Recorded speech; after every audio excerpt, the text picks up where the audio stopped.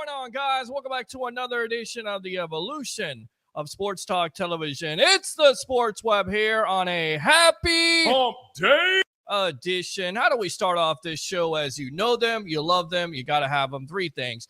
Bring your passion, bring your excitement. Just don't bring any nonsense. On tonight's show, we'll have the legend himself, Mr. Leo Haggerty, former Coach Scout and now media member of Night Sports Productions and Amped Up Sports. After that, we will have another guest coming in here by the name of Eric Waddell of AP Radio. We'll talk with him, of course, about what else? The Tampa Bay Buccaneers around the NFL, maybe some college football playoff. Happy 2024, by the way.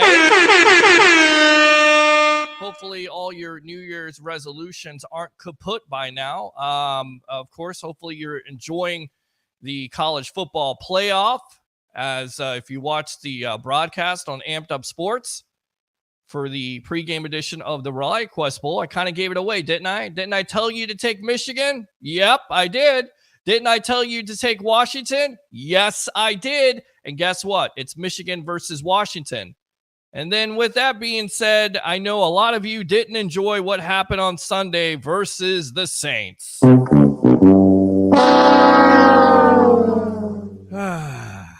Yeah, not good. Not good at all. You got to turn the page because this week you have the dreadful Carolina Panthers at 2-14. You got to win that game. And the question for the night out there, Bucs fans, and I put it out there on social media, and some people asked, why would I put it out there? Because that's what I do. I like to give Bucs Nation an opportunity to say what is on your mind when it comes to your Tampa Bay Buccaneers. All your passion it takes. If Todd Bowles and the Tampa Bay Buccaneers don't win on Sunday, should Todd Bowles be fired? Simple question for the night. 727-255-0391. It's 727-255-0391. On top of that, if that wasn't enough, because you're win and you're in. You win the NFC South. If you don't, then either the Atlanta Falcons or, of course, the New Orleans Saints win the NFC South. If that wasn't enough, that's a shot by Tyrann Mathieu, which was completely dirty by the Saints. But look, that's what the Saints do. That's the reason why a lot of Bucs fans hate the Saints in the first place. They're all about dirty, cheap shots. Great job, Honey Badger. Looks like Baker Mayfield has sore ribs. And there's a doubt that he may not play in this game.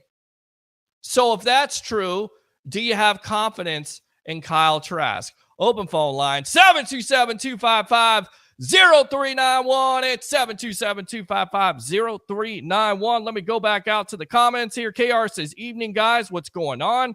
Jeremy says, what's up, Peter? What's going on, buddy? Ooh, yeah. Let's go out to Roger Shoe. Tribal Troll and Moderator has arrived. Acknowledge me. Yeah, Roger says we want Trask. Of course you do. Donna Perazzo just debuted in AEW. Oh, my God. Yes, Mercedes Moné next, possibly.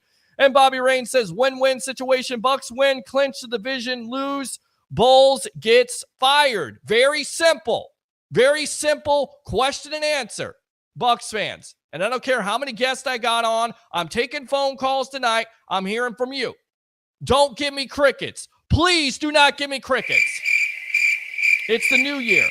So let's ring in the new year the right way. Let's go ahead and get my Mr. Co-host on here, my guest. Here we go.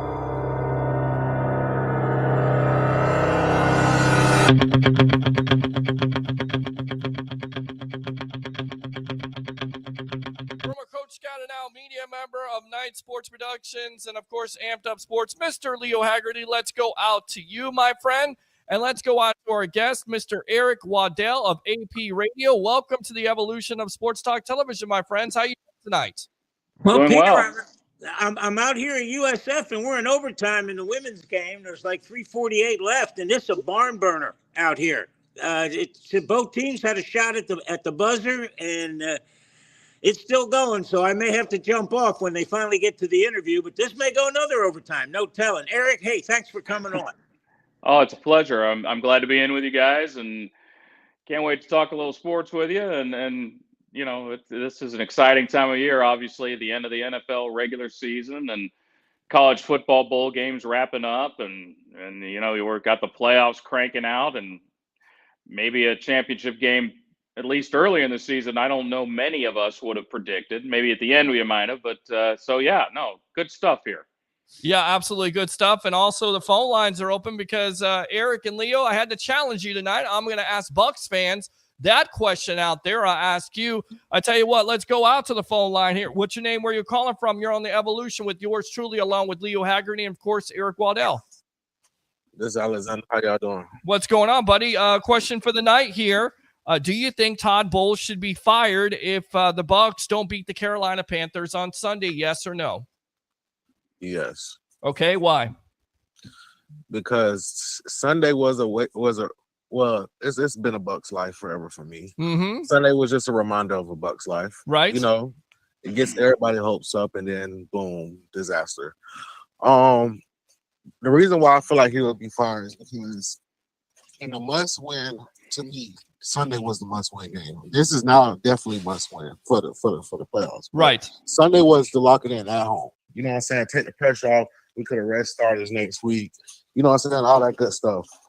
Now we're in a situation where I don't think people realize we had struggled the last time we just played them when we played them at home. Correct. 21-18. Yes, he barely put them away. Yes, it was correct. It was a horrible back and forth game. Yeah. And I'm not looking forward to it. And it's in my mind, it's pretty much like the season possibly really could be over come Sunday.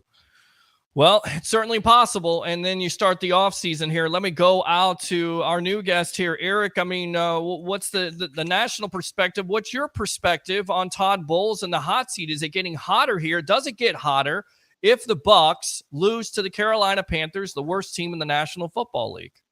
Well, anytime you lose to the worst team in the National Football League, if indeed you do that, it has to put heat on you.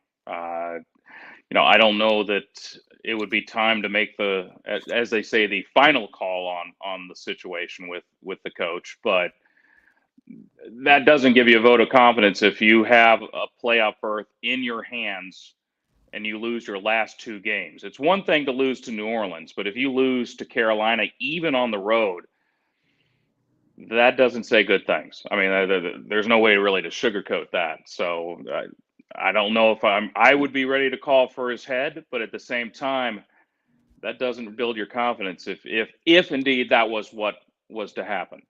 Leo, let me go out to you. I mean, do you feel like that? You're 8-7. You have an opportunity to beat the Saints. They come out. Players are admitting at the end of the game that they weren't ready to play. I know that's on players, but it's also on coaching.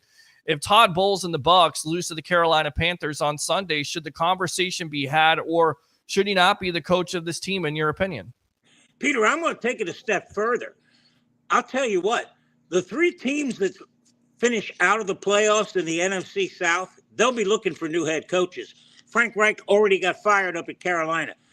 Atlanta, Tampa Bay, New Orleans.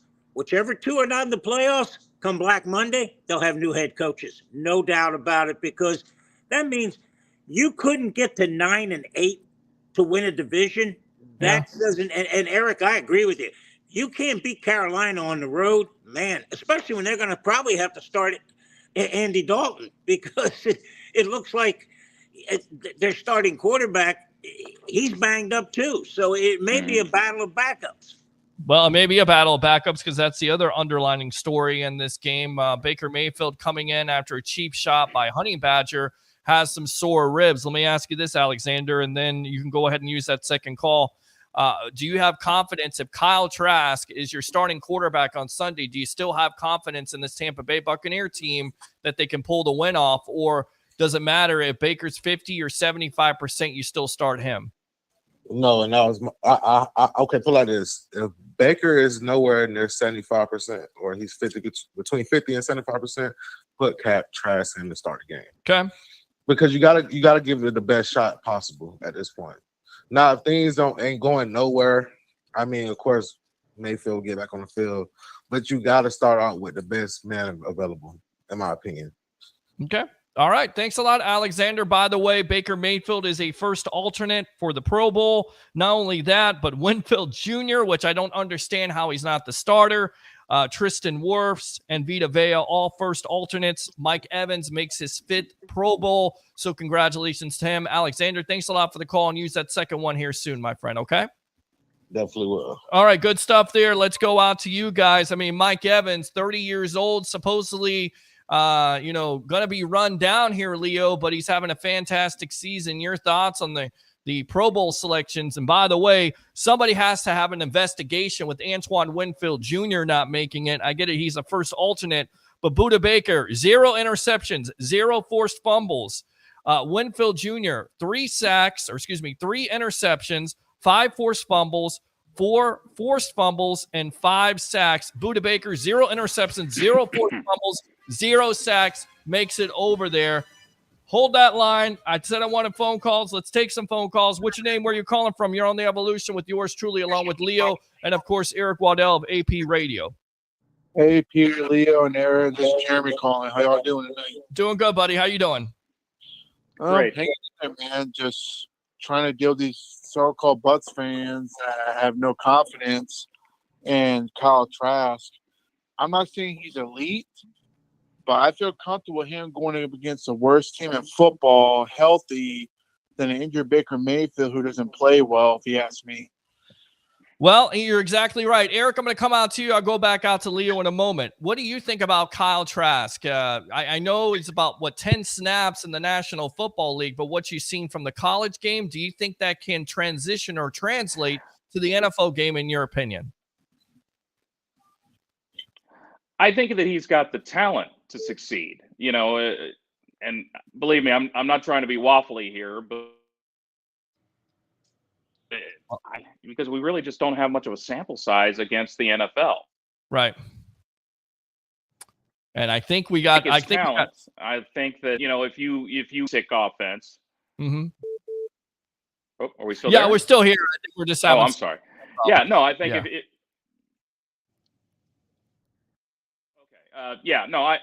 I think he's got the talent to do it. I think if they make it kind of a basic call for him and don't make it too confusing, I think that you can beat Carolina, a 2-win team on the road. I think that you can do that. So let's hope that doesn't have to be the decision, but I think they can do it if it's what's needed. All right, let me go out to Leo here. What do you think, Trask? I mean, are they in big trouble if Kyle Trask has to start on Sunday? Well, you know what, Peter? You got to go into this game assuming you're going to win. Well, if you're going to assume you're going to win, if Baker Mayfield is that banged up, I think you want to start Trask just for the fact that I want to have Baker ready the next week when we get to the playoffs and end up probably hosting the Philadelphia Eagles. So, again, yeah, you got to put the best guy out in the field, but you better think for the following week, because if Baker gets out there and gets banged up again, I don't think I want Trask starting his first game of the season in a playoff mode against the Eagles. Yeah, not unless he's the next Brock Purdy, and who knows, right? I mean, even Brock Purdy got some starting time before he started a playoff game. Jeremy, let me ask you, and we got to run here because we got another call coming in. If Todd Bowles loses, is he fired or do you keep him for another year? Easy answer, yes. Okay. If you cannot beat the worst team in football, then you do not belong as a head coach. I'm sorry. He's done some good things, but he's done a lot more bad things, if you ask me. Not only he has to win this Sunday, he's going to have to pull some out of his ass to win against Philadelphia. I'm sorry. I'm just being honest with you as a true Bucs fan. I'm just trying to test how I feel. But one more thing, Peter, before we get off. Yeah. The Pro Bowl is a joke. Yes. The fact that you put Budda Baker over Antoine Winfield Jr. is a freaking joke. If you look at the stats line from Budda Baker, and I don't even know who the hell he is, if you ask me. It's a safety for Arizona. He's got 0 interceptions, 0 forced fumbles, and he's got 0 sacks compared to Winfield, who could be, possibly, guys, and we'll get back to this in a moment, the defensive player of the year with the way what he means to the Bucs and what he's done overall with his game. I mean, he is a top-notch safety, if not the best safety in the league. So I agree with you, Jeremy. It is a joke, and I mean, there's no game anyway. It's just flag football, whatever. Flag football. Yeah, that's it. Peter, I'm gonna have to get off here shortly because there's like 20 seconds left. So hold that phone call for a while, because Eric, I got a question for you. Okay. When you look at the NFL game and you Yes. look at how it's evolving, what do you see the next big change in? You know, we're starting to see the spread offense come in. We're starting to see motion and movement. What do you think the next big change is offensively in the NFL? Ooh, offensively, I think that you're just going to, at least at this point, I think you're just going to kind of see the collegeization of the NFL. I think Mhm. that, like you said, more and more popular are going to be these five wides. Part of the issue that's going on right now is finding enough offensive linemen because a lot of these spread teams play a totally different kind of offensive line than the NFL does. They want smaller, quicker, light on their feet guys, and because their goal is not to try to shove someone off the ball. It's just to try to hold them up long enough that their quarterback can make a play to one of those wide receivers. So I think you're going to start seeing that. The other thing that and I don't like it because I happen to love the return game. Mhm. And this is not exactly what you asked, but I'm afraid we're getting closer and closer to the day where we don't see kickoff returns. And again, that's something I happen to really enjoy as a part of the game, but they're trying everything they can to legislate less and less of it. They may just go to a point where they say, hey, start the ball on the 35 or the 30 or wherever you want to, make that call. You're exactly right about that, Jeremy. Thanks a lot for the call. Use that second call if you want to here on the Evolution. All right. You know what, guys? Let me bring up a second point. Yeah. And Peter, both of you, I think the NFL needs to expand their rosters because with 17 games and 53 guys, you're running out of people. You're just plain and simple. You don't have enough bodies. I can't believe the NFLPA isn't pushing for that roster to be extended. Eric, what do you think? I think that you're probably right that that's something that's going to have to be done. I wouldn't be surprised if the Players Association actually pushes for a limit amount of games that guys can play in a season. That might be something that we see coming down the road. But yeah, no, I think that they might try to address it, and I hate to say it this way, but because it's cheaper, they might expand the practice squads so that and make it a little more flexible so that a guy off the practice squad can be called up a little bit easier, or there has to be a reason to call them up. They can just have more flexibility back and forth. I think we might see that because, frankly, a practice squad player is cheaper than a full roster player. Of course, again, you talk about the NFLPA. Will they let them do that? Well, you go back to the kickoff thing, and I think it's a joke. And again, we're on with Leo Haggerty, the legend, who's got to run here in just a little bit. We got Eric Waddell of AP Radio. A guy like Devin Hester of the Chicago Bears. I was talking to him a couple of years ago about being a Hall of Famer, and he's, probably one of the game-changing special teamers of all time. Can you imagine now not having a player like that and having no need for a kickoff returner, having for a punt returner? It takes an aspect out of the game. And I feel like the NFL continues to do this year after year. And let me just ask you, Eric, the style of game right now, a lot of people say it's mediocre because it's all, the rules are catered to the offense, and you touch a quarterback or you touch a wide receiver, you pick up a penalty. Do you agree with that? What do you think of the style of play right now? I understand why they do that. Right. At the same time, I can't imagine being a defensive tackle or a defensive end that's working his butt off every single play and being held on 95% of the plays, and it's not called. I mean, they've changed the holding rules so much that unless they put you in the jaws of life, you're not going to get a holding call. Sure. And then you finally get to the guy, you chase the guy down, and he drifts a little bit out of the pocket and he can throw it away. I mean, that must drive those guys insane. I can understand it. It would make me nuts. So I think that's kind of what you were getting at. But those guys, I can't imagine how frustrated they are. And because something else will happen next, the league loves scoring, and those guys seem like they're incredible at adjusting. But at some point, you know, are they going to make them play with their hands behind their backs? I mean, what's the deal with that? So helmet, no helmets eventually, right, Leo? Yeah, eventually. And I'll tell you what, I really like what the USFL and the XFL was doing with the kickoff. They put it at the 50-yard line. If you kicked it out of the end zone, the ball would come out to the 40. You were forcing the team to return it. And again, Eric, I'm the same way. I like to see that, but I don't want to see them back it up to the 30 or the 25 and have these guys have a 70-yard run at somebody. I mean, that's just not good either. But if you start at the 50 and you know you're going to return it, then it becomes important.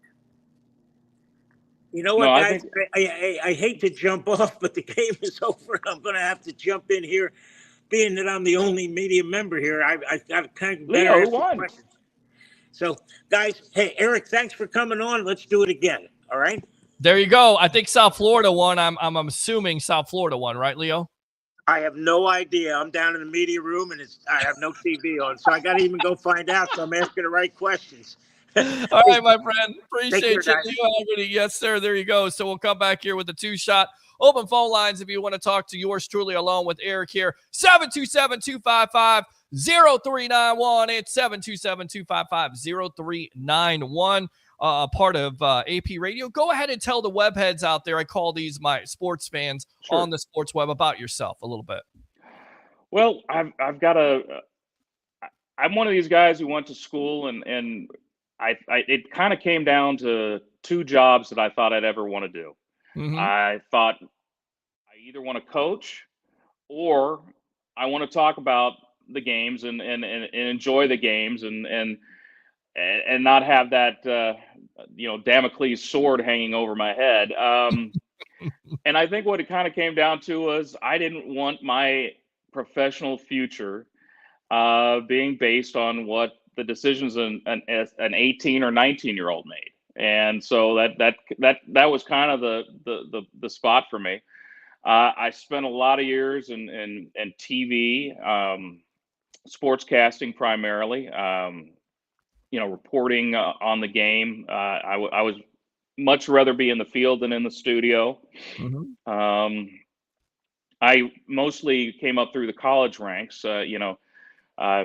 University of Tennessee was where I kind of, I really got my start working with that, and then in the Volunteer Nation. And, from there, I've worked in some different parts of the country. I spent a winter in Indiana, covering Indiana State, and got to see all the high school action there, and then got to see the college basketball, which is just religion up there. And even spent a year or two, well, I guess it was 2 or 3 years, I should say, in Minnesota.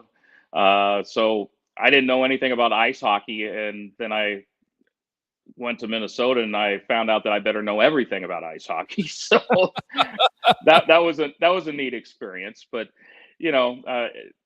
people down here probably don't realize it, but you'd go to a high school ice rink, and like a basketball game, they have like the entire marching band in the stands in an ice arena, so it's a neat experience. And then, I've been covering the Buccaneers, and that's been a, real exciting blessing the last couple of years, and, enjoying the bowl games around here, that kind of thing. And, looking to branch my Florida career out a little bit more and see where that all lands. But it's been a fun journey. It really has. And I hope I didn't wear you out there, but that kind of gives you a little picture. Definitely not. And, I'm from here. I've been here all my life. I've covered the Tampa Bay Buccaneers. I've covered the Tampa Bay Lightning, of course, the Tampa Bay Rays. Hopefully one of these days they spend money so they can win a World Series, unlike the other teams there who won championships with this Tampa Bay Buccaneer team. What do you see this year? Because they had a 4-game winning streak. They're first at 4-7. Well, let me start over. They're 3-1. And then after that, they're 4-7. Right. They get a 4-game winning streak and they go 8-7. And now they lose to the Saints, and just I don't know. It was just flat. They came out flat. You saw the game on Sunday. What do you think of this Tampa Bay Buccaneer team overall? It seems like when they can play their game, I feel like they could be definitely dangerous. And I tell you what, you're going to have to hold your thought here because we got another phone call. Calls just continue to come in and out here. Let's go out to the Tribal Troll, Mr. Roger Shue. Welcome. You're on The Evolution with yours truly, along with Eric. Peter H. and Eric. Great show, guys. Thank you. Let's give it up for Jalen Johnson and Montez Sweat, your 2024 Chicago Bears Pro Bowlers. All right, I'll give it up for you. Ready? All right, that's all you get. All right, congratulations to your Chicago Bears Pro Bowlers. Hopefully they beat Green Bay on Sunday so I don't have to hear how Green Bay owns you. But what's up, Roger? Take it to the bank. Bears win. Okay. All right, Number what about the Bucs? 2, in the name of the Father, the Son, and the Holy Trask. Amen. So Trask starts on Sunday, and you're okay with that? You think the Bucs win with him? Absolutely. Okay. What if they don't No, win? the Bucs do not win with Trask. Okay. I knew that you were going to be a tribal troll tonight. He's no matter going who's to be on. serviceable, but in the end, I'm thinking a turnover in a critical situation, maybe a pick 6. No. That's going to decide the game. Okay, and if Todd Bowles does lose with the Bucs, do you feel like the Bucs fire Todd Bowles in your opinion, or should fire him? I don't know. It's a weird situation. I mean, if they have to go at Trask and they lose, I'm kind of leaning toward no. Okay. I mean, he's played what, 1 game in the NFL? Not even. Well, you said 10 or 11 snaps in the NFL. Okay. So not even 1 game. So, Yeah. All right. Yeah, Well, there's I don't think your Father, Son, and the Holy Trask right there. There you go. That's the reason why I didn't start him in the first place. I think. Well, see, we need a bigger Version sample of of what he can do. Well, you didn't have the opportunity to have that this year, Roger, because you went with an experienced starter like Baker. But if Baker is legitimately hurt with broken ribs or bruised ribs or whatever, because it's very painful, and he can't go, then you're going to depend on Kyle Trask, the running game, Mike Evans, your Pro Bowler, and of course Chris Godwin. So, all right, what else? All right, you know what? After hearing you, the Messiah of professional football, Peter Blake, I'm changing my mind. Okay. I'm going to go with Kyle Trask winning. Bucs win.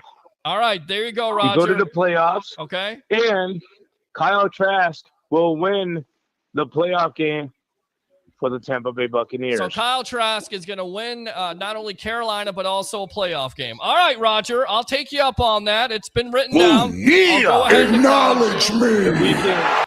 We can put wings on it if you want. Wings on it, my friend. I like it. All right, Roger. I don't know about that. Yeah. Go ahead and use your second call. Eric, Kyle Trask winning a game, winning 2 games here. I mean, you don't know, but there's a reason why you went with Baker Mayfield in the first place. 28 touchdowns, 10 interceptions. Talk about Baker a little bit. Well, I'm going to back my way around into that. Okay. There's always hope, but I can see Trask getting through Carolina. I have a hard time, even though it looks like the Eagles, assuming it's the Eagles that you would see, that's a tough ask. I just, for a guy like you said, who will at that point, if it comes to it, have 1 game experience plus 11 snaps in the rest of his career. That's a tough ask. I just, let's just hope that Baker gets healthy. I think that's probably the smartest thing to say. I'll be very honest. I have seen more out of Baker this year than I expected to. He has impressed me more than I expected him to, and that might be a different perspective that other fans might have. Sure. So I think, I like the way he's developed.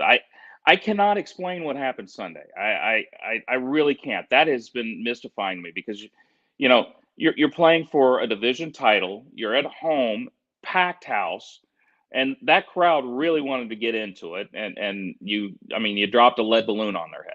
Yeah. But in general, he's done a pretty nice job. And you think about the quarterback transition this franchise has had. you know, again, this isn't going to be the most fan-friendly perspective, but I'm fairly impressed by what has happened. Yeah. Again, last week, awful.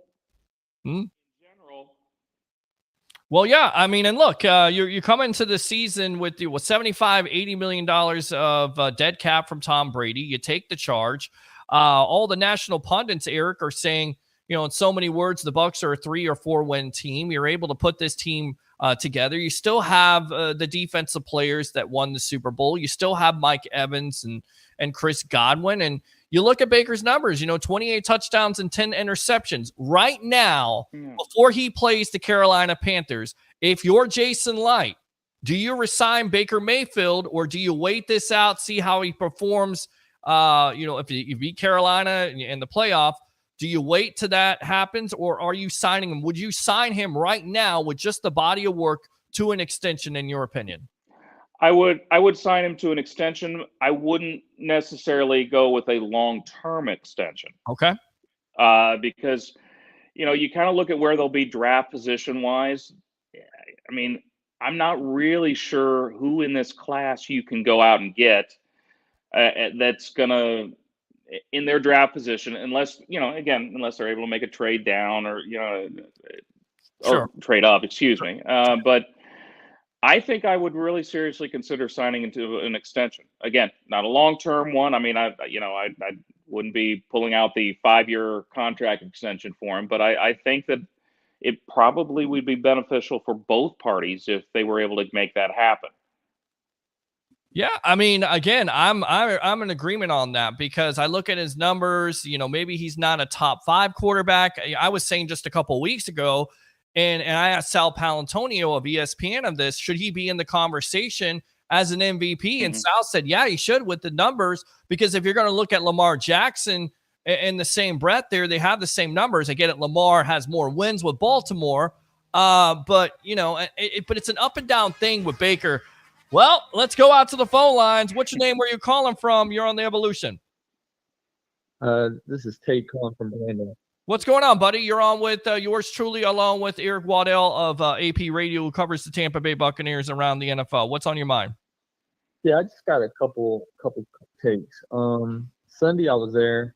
I could tell. I mean, after the first quarter, it just felt weird, like they were flat, they were hung over or something, like they were celebrating New Year's Eve before New Year's Eve the night before. Yeah, I mean, I got out there. The fans are excited. Everybody in the press box is looking forward to them clinching, and they come out with that effort. And it's like you talk about all week long of bringing back Baker Mayfield, bringing back Todd Bowles, and then you get that type of effort, and you're like, what the heck is that? Yeah, I agree. Exactly. But yeah, I think we need to re-sign Baker. Okay. If I was Jason Light, I would go ahead and get that done. How much money? How much money are you giving him? Probably I'm not sure, maybe 17 a year. Okay. Like a two-year contract. Really quick, Eric, do you think the Bucs can get away with giving him 17 a year? I say 20 to 25. Is that where your range is for Baker Mayfield? I would say it'd be tough to get him at that number. Because the other thing is he's done enough this year that I would think that somebody else around the league would make that a competitive situation. Yeah. I might be wrong, but I see that as tough. I don't see it as impossible, but I see that as tough. Yeah, and I see it another way as he's comfortable in this offense. He likes the Tampa Bay area. It's a nice place to live, even though, the traffic is crazy and the rent's too high and the gas is too high. It's a nice place to live. And then the organization, once again, they can boast that they have 2 of the great wide receivers in the league, and a Godwin, and of course, a Mike Evans. And I think it's also about loyalty. And people laugh at me and I go, well, if he gets more money from the Raiders, he'll go to the Raiders. Well, no, I don't necessarily think he will, because the Raiders right now are a god-awful organization. And maybe he doesn't want to go into another offense here, Eric and Caller, because that's been the problem with Baker Mayfield. He doesn't have that stability with an offensive coordinator, with an offensive system and a coach. And now you have that in Tampa Bay. Maybe you sign a little bit less money. Maybe you go with the Brady blueprint, right, Caller? Oh, absolutely, absolutely. Okay. But and then looking at that, I mean, you still got to sign Mike Evans. I saw one of your comments in your chat. You still got to sign Mike Evans. You got to sign Winfield. I'm not sure if we're going to re-sign White or not, but you got to think about all of that. And then the last take I have on that is, yes, I would go with Trask even if Baker is maybe 75%. I'd probably still go with Trask. Okay. And, you have confidence in Trask winning a game against the Carolina Panthers, yes or no? Yeah. Yes, I do have confidence in Trask beating Panthers, but just like your co-host there, I don't believe Trask could get it done against the Eagles. Yeah, and that would be a tough ask. Even though the Eagles have struggled, especially in that back end, that offensive line, if they're overwhelmed by the Saints, you look at the Philadelphia Eagles, that is a tough matchup. I think Baker has the mobility. I'm not necessarily sure about Trask. One last question, caller, and then you can use that second call if you want to here on the Evolution. If Todd Bowles and the Bucs don't get it done on Sunday, are you firing Todd Bowles, yes or no? Absolutely. Okay. Absolutely. Okay. All right. And what's your name again? Tate. Don't be a stranger here on the Evolution. Anything else? That'll be it, man. I appreciate you taking my call. Hey, man, appreciate you. Good stuff there. Open phone line, 727-255-0391. It's 727-255-0391. Eric, what about Mike Evans? He's, to me, he's a Hall of Famer. 10 consecutive 1,000-yard receiving seasons, 5th Pro Bowl now that was announced tonight. Do you think they're going to get that done? Get him signed? Should you get that signed already if you're the Tampa Bay Buccaneers? How do you feel about that situation? I would definitely be trying to re-sign him. And the reason I say that is, yes,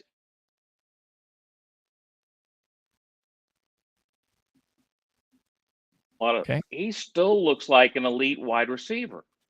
If I thought he was majorly slipping, I would say no. But every Sunday I'm excited to get to see him play. And there's not a whole lot of guys. Don't get me wrong. I'm always excited to watch football. But there are not a lot of guys where I go, I can't wait to see what this guy does next. And he is still in that list for me. So I hope they're trying to keep him around. But again, it's like so much with the cap in the NFL. Can you afford to keep him? Doesn't mean you don't want to keep him. I mean, I'll give you an example. The Cincinnati Bengals love T. Higgins, but can they afford to keep him? If they lose him, it's not going to be because they don't want him. It's just how much money do you have to other priorities on your team, and that'll be the question, with any guy that's coming up. Let's just be honest. Yeah, no, I agree with you. The phone lines are packed up right now, Eric. So let's go back out to Jim from Ohio. Jim, welcome to the Evolution. What's on your mind tonight? Let me ask you the question. I know you don't necessarily like talking about it, but if Todd Bowles and the Bucs don't get it done on Sunday, should they fire Todd Bowles? Yes or no? I like talking about it, Peter Blake. I'm a Todd Bowles guy. I'm gonna keep my black quarterback. Yes, I am. All right, so you're gonna keep your coach, okay? As far as Todd Bowles, he's been trying to steer the ship. I mean, he looks disappointed when we look disappointing, don't he? Well, yeah. So I don't understand. And my thing is, and I continue to go back to this, it's not only the conservative play calling and also, the clock management situation, but it's also having teams ready to play. And I don't think Todd Bowles always has his team ready to play. Now, can you put that on the players also? Absolutely. It's easy to blame Todd Bowles for that, but I definitely think he, deserves some share of the blame. So that's what I worry about with keeping Bowles around. Are you going to have this Groundhog Day effect where you continue to repeat the same thing over and over again, especially in a big game? And this is a big game on Sunday, so hopefully he has his team ready to go. I think you guys, but we have the Tampa Bay have the groundhog effect that's getting rid of coaches. We need to keep a coach a little bit longer than we normally, like our man Tony Dungy. If we'd have kept him a little bit longer, I think we could have won another Super Bowl. besides the one we won. Well, I'm not sure about Tony Dungy. I love Tony Dungy. I've interviewed him a couple of times, but I'm not sure if he could get the Bucs at that point over the top. And I also believe they needed a new voice in John Gruden. Say whatever you want to. I did like John Gruden. Yep. John Gruden had the Dayton area for a little while. Right. That's what I'm from. And he lit a fire under those players, and also he was an offensive-minded coach. Yeah, I love defense at the end of the day, but you need sometimes an offensive-minded coach. All right. Kyle Trask possibly starting. Do you like that idea over Baker Mayfield? Do you still have confidence they could beat the Panthers on Sunday? Now, as far as Kyle Trask, I haven't seen enough on the field, but there was another sports web guy I used to listen to. His name was Tampa 2, and he was on YouTube, and he always called him Kyle Trasher, as in like trash cans. Kyle Trash. Yes, and I'm like, a lot of the fan base does that, Jim. Yes. And I'm like, well, I don't know if he's trash because I haven't seen enough of him, but I would rather have Baker Mayfield in the game. But if he hurt, let's try to give Kyle Trask, a chance. Okay. And if he's not hurt enough to where we can get him starting, and maybe have to bring back Baker Mayfield, which would be I don't like having two quarterbacks. It's like having no quarterback. No quarterbacks, in my opinion. Yes, agree. Agree. But if we had to do that, we could maybe try to do that. But I would maybe try to start him. But I don't know. I'm not the coach. I'm gonna leave that to Todd Bowles. Well, you don't have to be the coach in order to have an opinion on this show. Damn it, Jim. You know all about calling in. Use that second call, my friend. Appreciate you. Okay. Yes. Hey, one more thing. I just wanted to. When you gonna get my theme music? Damn it, Jim. What theme music you want? I was trying to get something variation of that Star Wars where dude you say damn it, Jim. Okay, I'm gonna work on that. I'm gonna get that for you. I'm gonna damn it, Jim. I'm gonna work on this in the new year. I'm gonna get more organized. Jim, I appreciate the call. Use that second one, all right? All right, thank you. All right, let's go. Eric, this is just it's crazy right now. All these calls from the call. I love it. Thank you very much for being on with me tonight here. Eric Waddell of AP Radio talking Tampa Bay Bucs around the NFL. Mr. Williams, welcome to the Evolution. Hey, Mr. Peter, how's it going, man? What's going on? Say hi to my co-host, Mr. Eric Waddell of AP Radio. Hey, what's up, Mr. Eric? How's it going? Excellent. I appreciate you saying hello. Yeah, but Peter, yes, let me ask you, Mr. Williams. Let me take control of this call right now. If Todd Bowles doesn't beat the Carolina Panthers on Sunday, are you keeping him or are you firing him? he might as well call Home Depot and get some boxes. Okay. So I guess you're firing. Yikes. Okay, so call Home Depot and get some boxes, says Mr. Williams. All right. Yeah, With he's that, out of here. He's out of here. So if you can't beat the worst team in the National Football League, you're done. You're toast. Yes. Yeah. Yeah, you toast hands down. You got to go, buddy. Yes. Okay. All right. Number 6, Baker Mayfield. Yes. I say give him another extension. Get the contract they buy. Okay. Give him a extension because the young man surprised me. He did that. He surprised you. Made a Baker Mayfield fan. He's got 28 touchdowns and 10 interceptions. If you're the general manager of the Bucs, how much millions do you sign him to? 20 to 25? How many years here, Mr. Williams? Man, I give him 2. 2 years, 2-year contract. That's it. But I also would go draft me a quarterback. Also, who do you want? Let me guess. It's Michael Penix Jr. from Washington, right? You better believe it. Why is that? Because for one, I like his style of quarterback, and he's mobile. He is definitely mobile. He does have 2 ACL injuries, so there's some knee problems. He's 24 years old, but I tell you right now, I think you're exactly correct. In my opinion, and I'm going to go to Eric here really quick, Mr. Williams. Stand by. I'm going to ask him this. I believe that Penix Jr. could be the best quarterback coming out of this class, and I'll tell you why. Not only because of age, people say, well, he's 24 years old. I say that's maturity. That's a good thing. On top of it, the young man, not only from Tampa, but he's been through adverse situations, and when he throws the rock, He's very accurate, 54%. And it's there. Right, 54% completion percentage when he throws the deep ball. I believe that Michael Penix Jr. could be the best quarterback coming out of this class. How do you see him in this draft class in 2024, Eric?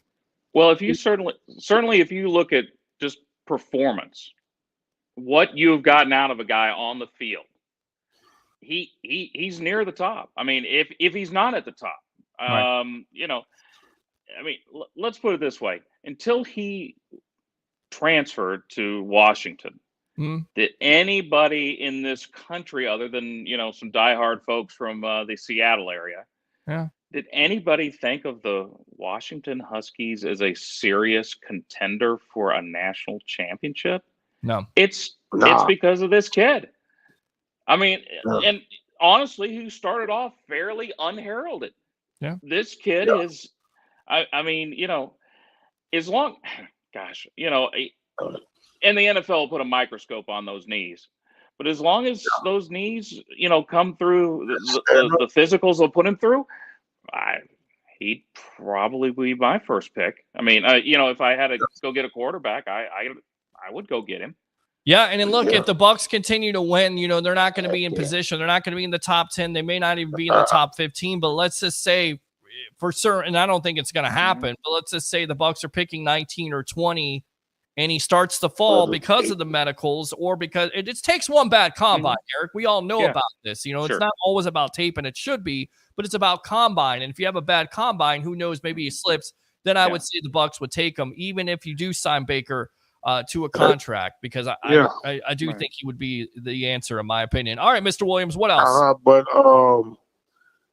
Also, yes, I say, let's sit down with Mr. Antoine and let's see what kind of money we can put on the table for him, because by all means, do not let him go.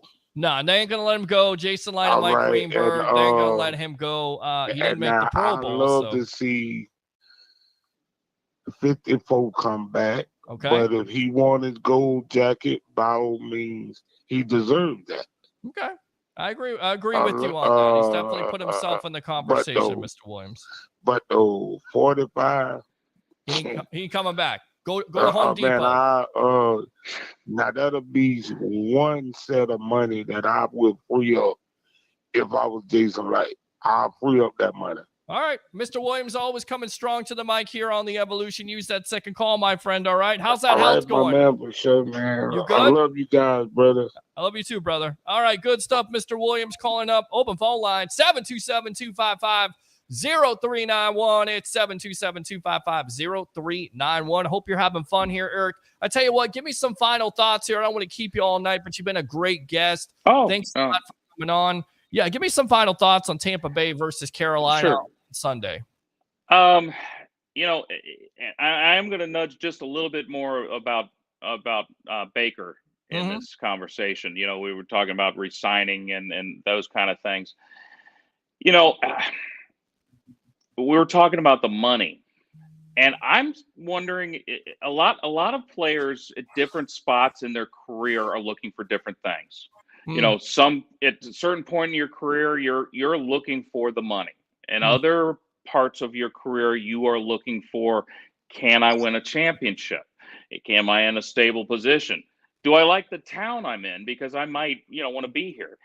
And he is now starting to get to that age where it may not, and I'm not saying that it ever was, but that it may not be just about the money. So that's why I said, when the caller threw out not the highest number, that I thought maybe not that number, but maybe something fairly close to that, because he might see the situation here and what it can be. And that is important. Let's put it this way. If Tampa offers him $20 million, and since they're playing this Sunday, and Carolina offers him 22, that's $2 million. But do you want to deal with that kind of a rebuilding mess situation? No. It might be worth taking a few coins less. That's it. There you go. All right. So Eric, we're not done yet. We got to go back out to the phone calls here. Ed, welcome to the Evolution. You're on with yours truly, along with Eric Waddell of AP Radio. What do you have to say, my friend? Hey, guys, Baker Mayfield's going to play. Okay. If this guy had a broken leg, he's going to play. Okay. I'm telling you. I think you're right. Seriously, this guy is a gamer. He wants to play. He wants to be the man here, and he's going to be here next year. And and Jason Light, if anybody can find a way to get all these guys signed, he's going to get them signed. There's no doubt about it. I'm confident that everything's going to be okay. They're going to keep Mike. They're going to keep Anton Winfield, and they're going to keep Baker Mayfield. It's going to be good. Yeah, and you must watch this show because I say the same thing, and my eternal optimism sometimes, bothers my other co-host there, Mr. Harry the Greek. He's like, there's not all the money. There's money there if you want to spend it. All right, let me ask you this, Ed. If Todd Bowles and the Bucs do lose on Sunday versus the Panthers, are you firing Todd Bowles or are you giving him another year? Yes or no? If it was me, yes. I would fire him. If it was the management of this particular football team, they probably won't. Okay. Unless they can get the Patriots head coach, who's Bill Belichick leaving the Patriots. Eric, where do you stand on Bill Belichick? Has the game passed him by? Because there's talk there he may be leaving the Patriots for the Chargers. The Bucs have been talked about, of course, because of the close relationship with Jason Light. What if they decide to move on from a Todd Bowles? Is Bill Belichick, in your opinion, a great coaching hire for the Bucs, or you stay away from him, go after a young offensive mind, or possibly a guy like Mike Tomlin? To be honest with you, I think that he is a good fit for somebody. Personally, the only way I would hire Bill Belichick here is if you felt like you needed one piece to put this franchise over the top. I think I would probably go for kind of a young hotshot. There are other teams, like I said, there are other teams where he would be a fantastic fit. But I'm not sure with a club that, that there's a few more pieces that need to be in place for this to be a serious Super Bowl contender. I think we would probably agree on that. And for that reason, I don't think that I would probably be hot on Bill Belichick. Other than, it'd be a heck of a name. You tried Brady and it got you a championship. So, maybe they think they can go to that well again. Well, and the only way I would agree to that if Bill Belichick is your next coach is if Jason Light continues to be the GM, because I don't want Belichick buying in the groceries. I want Jason Light to continue to be the general manager there. I want Bill just to focus on coaching, namely the defense.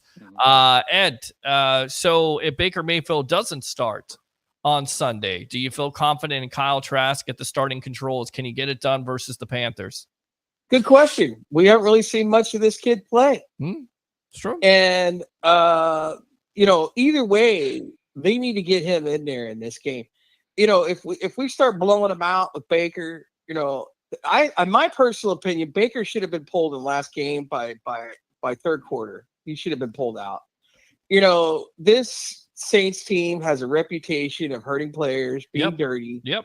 And they took a cheap shot at him. And you know why they did that. They're hoping he doesn't play because they think we'll lose if he doesn't play, and then they'll get in the playoffs if we lose. It's a good point. That's what all that was about. Well, it's a good point. And they did it a couple of years ago versus Chris Godwin, Chauncey Gardner-Johnson. And, of course, they've been responsible for Bounty Gate. So you're exactly right. But I feel like you can't take Baker out at that point because you're still trying to come back and win that game, and you're still in that game, even though it's the fourth quarter. And for some reasons, for some god-awful reason, it takes the Bucs, so much time to get started. But finally, when they get started, start scoring some points, putting some points on the board. So we'll see how it works out versus the Panthers. Ed, appreciate the call. Anything else here on the Evolution? Yeah, a guy I was talking to at a bar the other day, he was talking about Justin Fields would be a good fit for Tampa. You mean Roger Shue or Harry? No, neither one of them. Okay, so there's another guy. There's another guy talking about Justin Fields. Let me ask Eric. They don't like Baker Mayfield because he's short, and it's a point. It is harder in the NFL for a guy who's not 6'4", right, to get the ball down the field than it is, than a guy that's 6 foot, because you got to have an offensive line that can create lanes when you're under 6'4". So yeah, he thinks that given this offense, the way it is, and the the wide receiving core that we had that Sure. that Justin Field would line it up here. What do you guys think about that? I mean, Very interesting. you see flashes of brilliance, right? And you also see a quarterback that struggles throwing from the pocket. You see a quarterback that struggles going through his progressions. It's usually one progression and then he's taking off. I need a quarterback that's going to be able to throw the ball from the pocket. That's not to say he's not athletically gifted and can use that against defenses. And I love the kid's potential. I think he stays in Chicago. I would rather have a Baker Mayfield or a Michael Penix Jr. if I have my druthers. I think Chicago is going to stick with them. Eric, where do you lie on Justin Fields? I think I agree with almost every word that just came out of your mouth. I don't see Chicago letting him get away. Not at this point, there's too much. There's too much talent there to not try to develop it a little more. Right. I guess I'll just leave it at that. And the one thing though, and let's just be honest about the Bears, their forte historically has not been developing quarterbacks. No. Bucs have the same problem. Well, it's like a quarterback graveyard. I mean, it's either the Bears, the Bucs, or the Cleveland Browns. Ed, thanks a lot for the call. Use that second call, my friend. As always, you killed it tonight. Eric, we'll get you out of here on this. Just give me some final thoughts. Appreciate the time, as always, here on the Sports Web. It'd be a pleasure to do it again sometime, and thank you for having me on. That'll be my first thought. Secondly, look, I'm bullish on hosting a playoff game in about 9 days. Mm-hmm. I think that's going to happen. I'm kind of with the caller that said I just can't imagine that, unless it's just something that I don't think that it is. I can't imagine Baker Mayfield not fighting his way out on that field. He just seems like that kind of gamer. So yeah, I hope that we're maybe recapping a division title here in a couple of weeks, and hopefully we'll get to chat about it a little bit more. But yeah, no, just excited about it. I don't have any pearls of wisdom to drop other than thank you for having me on, and I hope that we get to see the Bucs with a big win on Sunday, and we're talking playoff football the next week. I love it. Good stuff, Eric. Yeah, definitely don't be a stranger. We'll have you back on here either next week or the week after that. We'll talk some Bucs football, and we'll continue to talk Bucs football all throughout the offseason, so you're definitely invited here on The Evolution. Thank all right? you. Pleasure. All right. Pleasure with you. Absolutely. Great stuff, man. You had a good time. That's what it's all about, right? You introduce them to the evolution of sports talk television. I tell you to call the phone line. You call the phone line. Why? Because you want to talk about your Tampa Bay Buccaneers. Because you want to have some type of voice, some type of opinion. You have that on this show. This is The Evolution. 727-255-0391. It's 727-255-0391. And the questions for the night: if Todd Bowles and this Tampa Bay Buccaneer team cannot get it done versus the Carolina Panthers, are you firing Todd Bowles? Are you cleaning house? Yeah, I've heard some people here tell me, they're most likely go to Home Depot. What did Mr. Williams say? Get your boxes ready for Home Depot. You're done.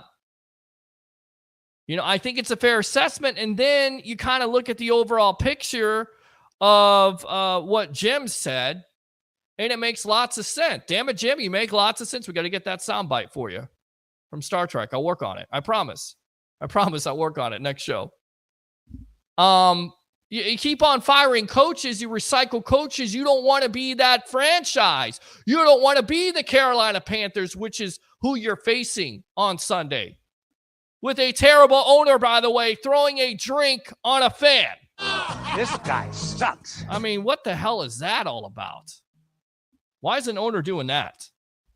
I mean, I get it, frustration, but please don't throw drinks on fans. You need fans. I get it. You have an awful franchise. You just fired your coach this year after hiring him in the offseason. I mean, it's just not good. It's not a good situation right now. It's not. So I want to go back out to the comments, though. But you don't want to be that franchise. You don't want to be the Carolina Panthers. You don't want to be the Cleveland Browns. You don't want to be the Arizona Cardinals. You want to have stability. That's why when I go back and forth with people, I'm kind of a Baker guy, but I'm not, I was kind of cautious coming into it. But I told you that he had the opportunity, I thought, to reinvigorate his career. Leo Ward. Why? Because this offense, he knew this offense. He was in this offense with the LA Rams. A little bit of a sample size there, and he was successful. Could he do the same thing with Dave Canales if they put the weapons around him, the offensive line around him, and the running game? I thought they could. And if he was mature enough, which he's 28 years old, but you look at that situation alone of, why Baker Mayfield is going to team after team, that hurts a young quarterback's development. That's what hinders it. You got to have that consistency when it comes to coaching. You got to have that consistency when it comes to offensive play calling. You got to have that consistency in your franchise. He's finally found that. That's why I don't believe he's going to move on. I bet anybody $1,000. This guy's not going to move on. If the Bucs want him and Baker wants to be here, he'll be here. 727-255-0391. It's 727-255-0391. Let's go back out to the comments here. Roger Shu says, Jalen Johnson and Montez Sweat Pro Bowl for the Chicago Bears. Of course, if you missed it, the top story of the night, besides, the fact of, Baker Mayfield not playing in this game. We'll go out to that presser today. We'll hear from him. Some interesting comments. Todd Bowles kind of leaning towards, possibly giving Kyle Trask more of the first team reps. If Kyle Trask, has the first team reps, you would assume that he's going to start this game. Not because Baker's played bad. It's just because Baker's not 100% and doesn't think he can play. And I don't know if you've ever had, broken ribs before or sore ribs before. It's painful. You can barely breathe. It's like me doing a show on Sunday and not really having anybody to talk to and trying to talk to you for an hour and a half without, taking a swig of water. And I couldn't breathe. I mean, that's worse than that. So we'll see if he can get through that. If not, it's Kyle Trask's show. There's a lot of fans out there that want to see that, have wanted to see that throughout the year. Wanted to see that in the offseason. Didn't think there was a great quarterback competition out there. Well, maybe forced to see it now. And hopefully the Bucs know what they're doing. And hopefully they have Mr. Trask ready to go. So the other top story of the night, Mike Evans makes his 5th Pro Bowl. So congratulations to him. I don't understand this. Somebody has to figure this out. Somebody, and we'll go back to wrestling because we're gonna have Turnbuckle Talk with Ralph Williams, bodyguard of the Berg there. Newest Pittsburgh personality talking about what else? WWE, AEW action. We'll have that in just a little bit. I know that there's a lot of wrestling fans out there that want to talk about a huge week in wrestling. The Rock comes back. Surprise, surprise. And what does he do? He mentions the head of the table, Roman Reigns. Is that going to happen the next couple of pay-per-views? Is it going to happen at Royal Rumble? Is it going to happen at Elimination Chamber? Should it happen at those pay-per-views, or should they wait for WrestleMania 40?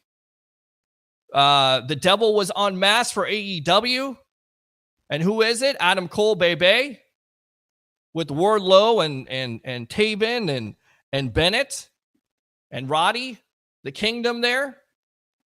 Surprising no one, because there's a lot of people put out there on the internet that it was going to be him in the first place versus MJF, who looks like he's going off TV for a while. So what did you think of that? There's so much to talk about, but we're talking about the Tampa Bay Buccaneers right now. There has to be an investigation on how Antoine Winfield Jr. does not get in the Pro Bowl. Somebody explain this to me like I'm a 6-year-old. You've got to be kidding me. Antoine Winfield Jr. doesn't make the Pro Bowl? Buda Baker? Really? Who voted on this? What is this? Is this the election again? What is this? We need to tally up the votes? I mean, who's voting on this nonsense?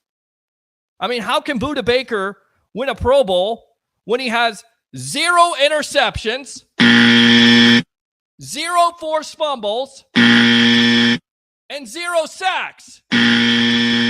You would think he has 0 shot to be a Pro Bowler, and yet we're sitting here talking about it. And they go, oh, Pete, don't stroke out here. Don't have a heart attack. I mean, look at the numbers for Antoine Winfield Jr. 3 sacks. Oh, yeah.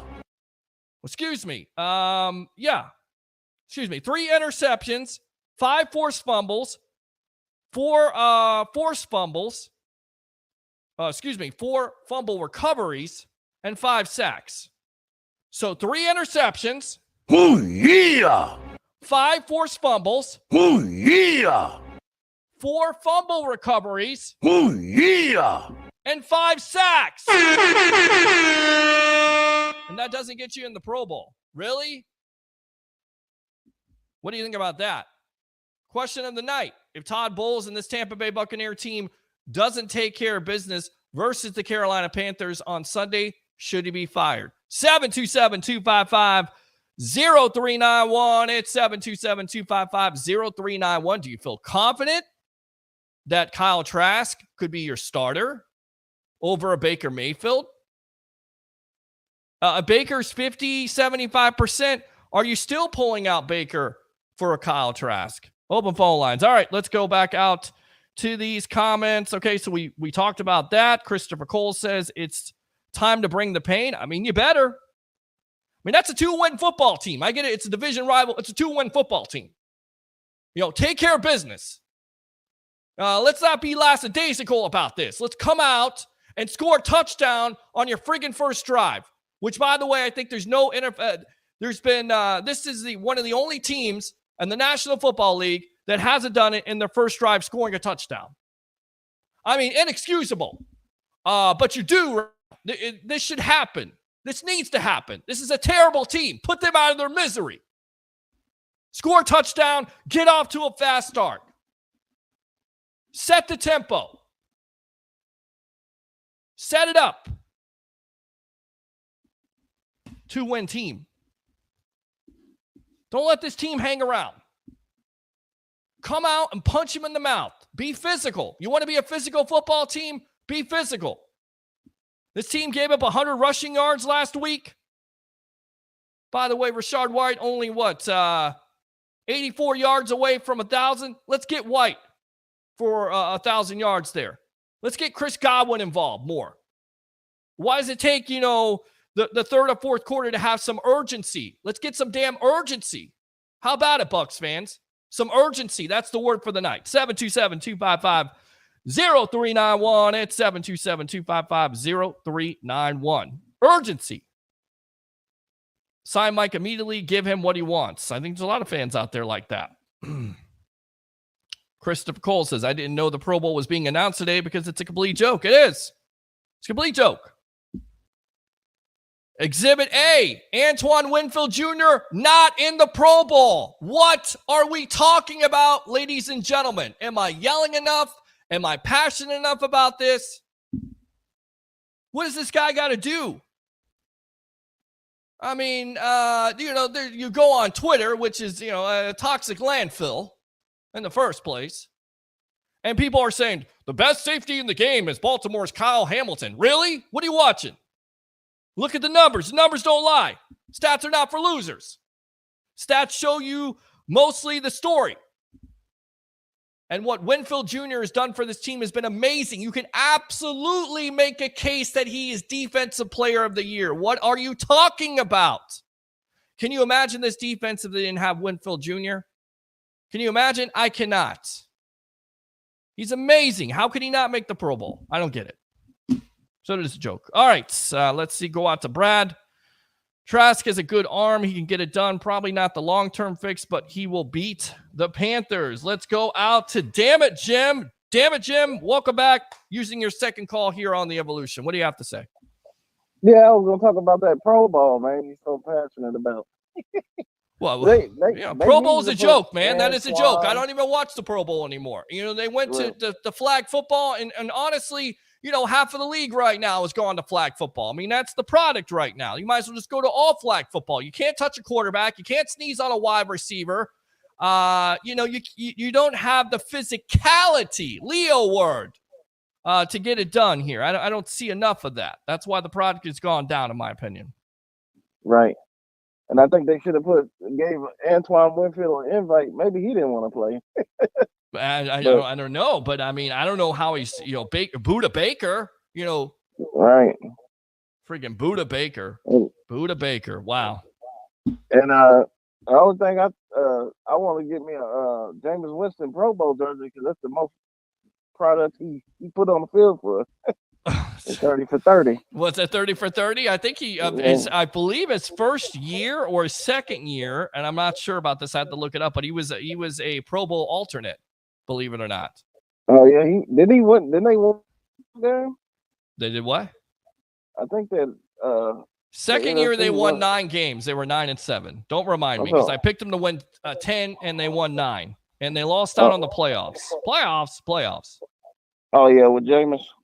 Yes, in his second year. In his first year, they were 6-6, and Quan Alexander got suspended, and they went on to be 6-10 and fired Lovie Smith. I remember it to the day. Okay. Yep. I think Jameis Winston won that Pro Bowl one of them years he played. He just played 1 year. I don't remember. I don't remember the Pro Bowl. Honestly, I don't watch the Pro Bowl. I really don't. I mean, it's a joke to me. I mean, that's a free day. If I need to go out with somebody because, I don't have the best social life, that's probably the day I pick. Pro Bowl's on, or I'm going to go out to dinner with somebody and spend an obscene amount of money on somebody I have no idea who she is. I'm going to go ahead and do that instead. Yeah. You should go home to Hawaii and watch the Pro Bowl. Well, it's not in Hawaii anymore. They're messing that up. I went from Vegas now to Orlando. So, I mean, I guess you could go to Orlando. I mean, I guess if I got invited to go out there, I would go out there and watch it. But to me, it's just a joke, man. It's not football. The Pro Bowl is a joke. I want to see somebody's head get cracked, and it's not going to happen in the Pro Bowl. Not when you're flag football garbage. So yeah, it's a wrap. Don't nobody, because a lot of the teams can't even play because they don't go to the Super Bowl. Right. That's good. So exactly. Yeah, it's a wrap. So maybe it's a good thing. Antoine Winfield Jr. not in the Pro Bowl. Maybe who knows? Remember Rondé Barber? He didn't get picked for the Pro Bowl. He said, stick the Pro Bowl. 92 yards and close down the vet. So Yep. Yeah. All right. What else? All Jim? right, man. That's all I really want. Tampa. Let's go Tampa. Let's win this game. Yeah. And I hope we get blowouts or at least something close to a blowout. Well, what do you got? What's the score of the game that you got? What are you picking on this? Let's go 35. Let's get him 17. 35-17. I like it. Let's go! All right, Jim. Thanks a lot for using your second call, my friend. All right. Good stuff. All right. Good stuff. 35-17. Oh, 35. That would be something, Bucs fans, huh? 35 points on offense? Man, imagine that. That would help your defense out. And I see you. Yes, the Pro Boar, says Ralph Williams. Very good. I see you there in the lobby, so we'll go out to you in a moment. All right, so we read that. Let's go out to Brad again. Trask has a good arm. He can get it done. Probably not the long-term fix, but he will beat the Panthers. All right, Cole. CSB brother, if you have the division in the bag, you're just one win is all you need. And he goes 0 for 2. You deserve to lose your job as a head coach. Yeah, I mean, that's the question for the night, Bucs fans. Do you feel like Cole here?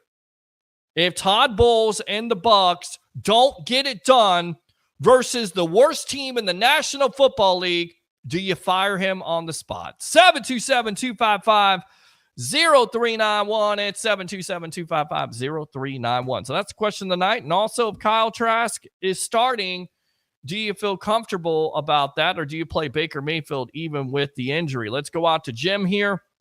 Jim Melvin, not Jim Sutton. I'm more concerned about whether the Bucs can win this Sunday than about who gets fired, etc. It's not a good sign that we've even worried. There are teams in the NFL that wouldn't be worried about this game. Yeah, I agree with you. I definitely agree with you. I mean, you have to be somewhat worried about it, don't you? I mean, I want to say this Bucs team is going to come out and do what they did in that 4-game winning streak. I want to say that they're going to have that urgency. I want to say they're going to get off to a great start, but I'm not sure because of what I've seen last week. I got a bad taste in my mouth. It's not good. It's sour instead of sweet. I don't like it. I didn't like that effort versus the Saints. I couldn't believe it. Could not believe it. Everything is on the line at home. All you got to do is take care of your business, and you lose to the filthy Saints, and they are filthy. So we'll see. You did struggle also versus the Panthers in the first matchup. You look at it, although, the defense got after Bryce Young. Bryce Young not having a great year. Does he play in this game? 11 touchdowns, 10 interceptions. You hope so. The Panthers have scored 18 points, not even more than 18 points. The team that gave up 18 points to them was the Bucs. In the last 11 games, once over 18 points. Once. So there's no excuse. This defense should be able to get it done. They should get it done. All right. So good comment. Let's see here. The Bucs' best chance this Sunday might be Antoine being pissed off. Remember, Rondé and the Eagles. I do, Jim. Good stuff. Appreciate you. Oh, yeah. Love my old school Bucs fans right there. Let's go out to KR. I'm in complete agreement. If Coach goes 0 for 2 for the division, he has to go. This is the same song and dance with him. Also, he has 5 losing seasons as a head coach writes. Well, I mean, you look at last year, what is he, 8-9? Is that a losing season? Well, you win a division. I mean, I think it comes down to improvement, right? So you feel good about it if he beats the Panthers, which he should, then you're 9-8. And then you look at the situation, who are you going to face? Is it going to be the Eagles or the Cowboys? I would take the Eagles as much as I picked the Eagles to be in the Super Bowl again. This Eagles team, and it's not it. It's not it right now. That back end is not good. Jalen Hurts has not been good. He's been hurt, pardon the pun, or take the pun for whatever you want. He has been good. So, and I like to see the Eagles back here at Raymond James Stadium. Hopefully, Eagle fans wouldn't be monopolizing the stands there like they did last time on Monday Night Football. Please, no primetime games. Just Sunday or Saturday. That's good. It's good NFL. So, yeah, the Eagles, Cowboys, how about those Cowboys? Very inconsistent. Defensively, that Micah Parsons against the offensive line, that's tough. Tough matchup. Dak has played well. CD Lamb played well. I mean, it's a tough matchup. I'd rather have the Eagles. We'll see. All right, so we'll get out to Turnbuckle Talk in just a moment. Let's continue to read these comments here. KR says, I just hope Trask can handle the pressure of an easy game if the Bucs want to get into the playoffs and have a division. Playoffs, I had to say it. Jeff, boys better be ready to play after that awful showing, hoping it was a wake-up call that we need for a playoff push. Let's go out to Jim. Bucs will be the only team in NFL history, I believe, to go 500 over 2 seasons and win consecutive division titles. I mean, that's how awful the division is, but it is the National Football League, which means not for long. Take care of your business. The expectations here, Jim, at the beginning of the process here, and I'll go out to Jim Melvin, was you win the NFC South. That's the reason why you re-signed Levante David. That's the reason why you re-signed a Jamel Dean in the first place. That's the reason why you don't go full rebuild mode, which was a lot of Bucs fans thinking in the offseason. And I said, no. You have the opportunity to win the NFC South. You go for the NFC South. Right? Jim, I see the Cowboys, even though the Eagles are floundering. So you rather see the Cowboys. KR, I'd rather have the Eagles over the Cowboys right now because they are beatable right now and they are struggling. Jim says to be the best, we got to beat the best. And Cowboys and the Eagles are both barely the best. Woo! Give me a little Ric Flair right there like that. I'd rather see the Cowboys. Let's go out to Joe Sue. Hey, Peter, will you be doing these lives after the football season? Yes, Joe Sue.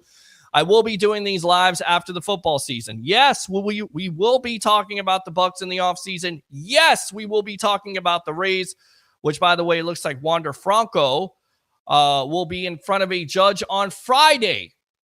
That is the latest. I'm not going to sit here and analyze this whole situation. I told you how I feel about it. It's a bad situation. It continues to get worse. I don't know what to say at this point. I'm hoping the Rays can be competitive. They haven't done anything yet in free agency besides, make a trade. So, Joe Sue, I know you're a big-time Rays fan. Yes, I believe we will definitely be talking about the Rays, and we will try to have some Rays watch parties. because not only are we a part of Bucs life, but also Rays life. And also, I love St. Pete, and there's some Rays fans out there. So we'll give them that, and we'll also give you some Lightning coverage too. So it won't be all Bucs, but predominantly, most of the time, it is a Tampa Bay Buccaneer sports talk show. But we got more for you. So, Joe Sue, just hang out. Thanks a lot for the support. As always, hey, man, how are you? I'm doing good. Dominic, how you doing, buddy?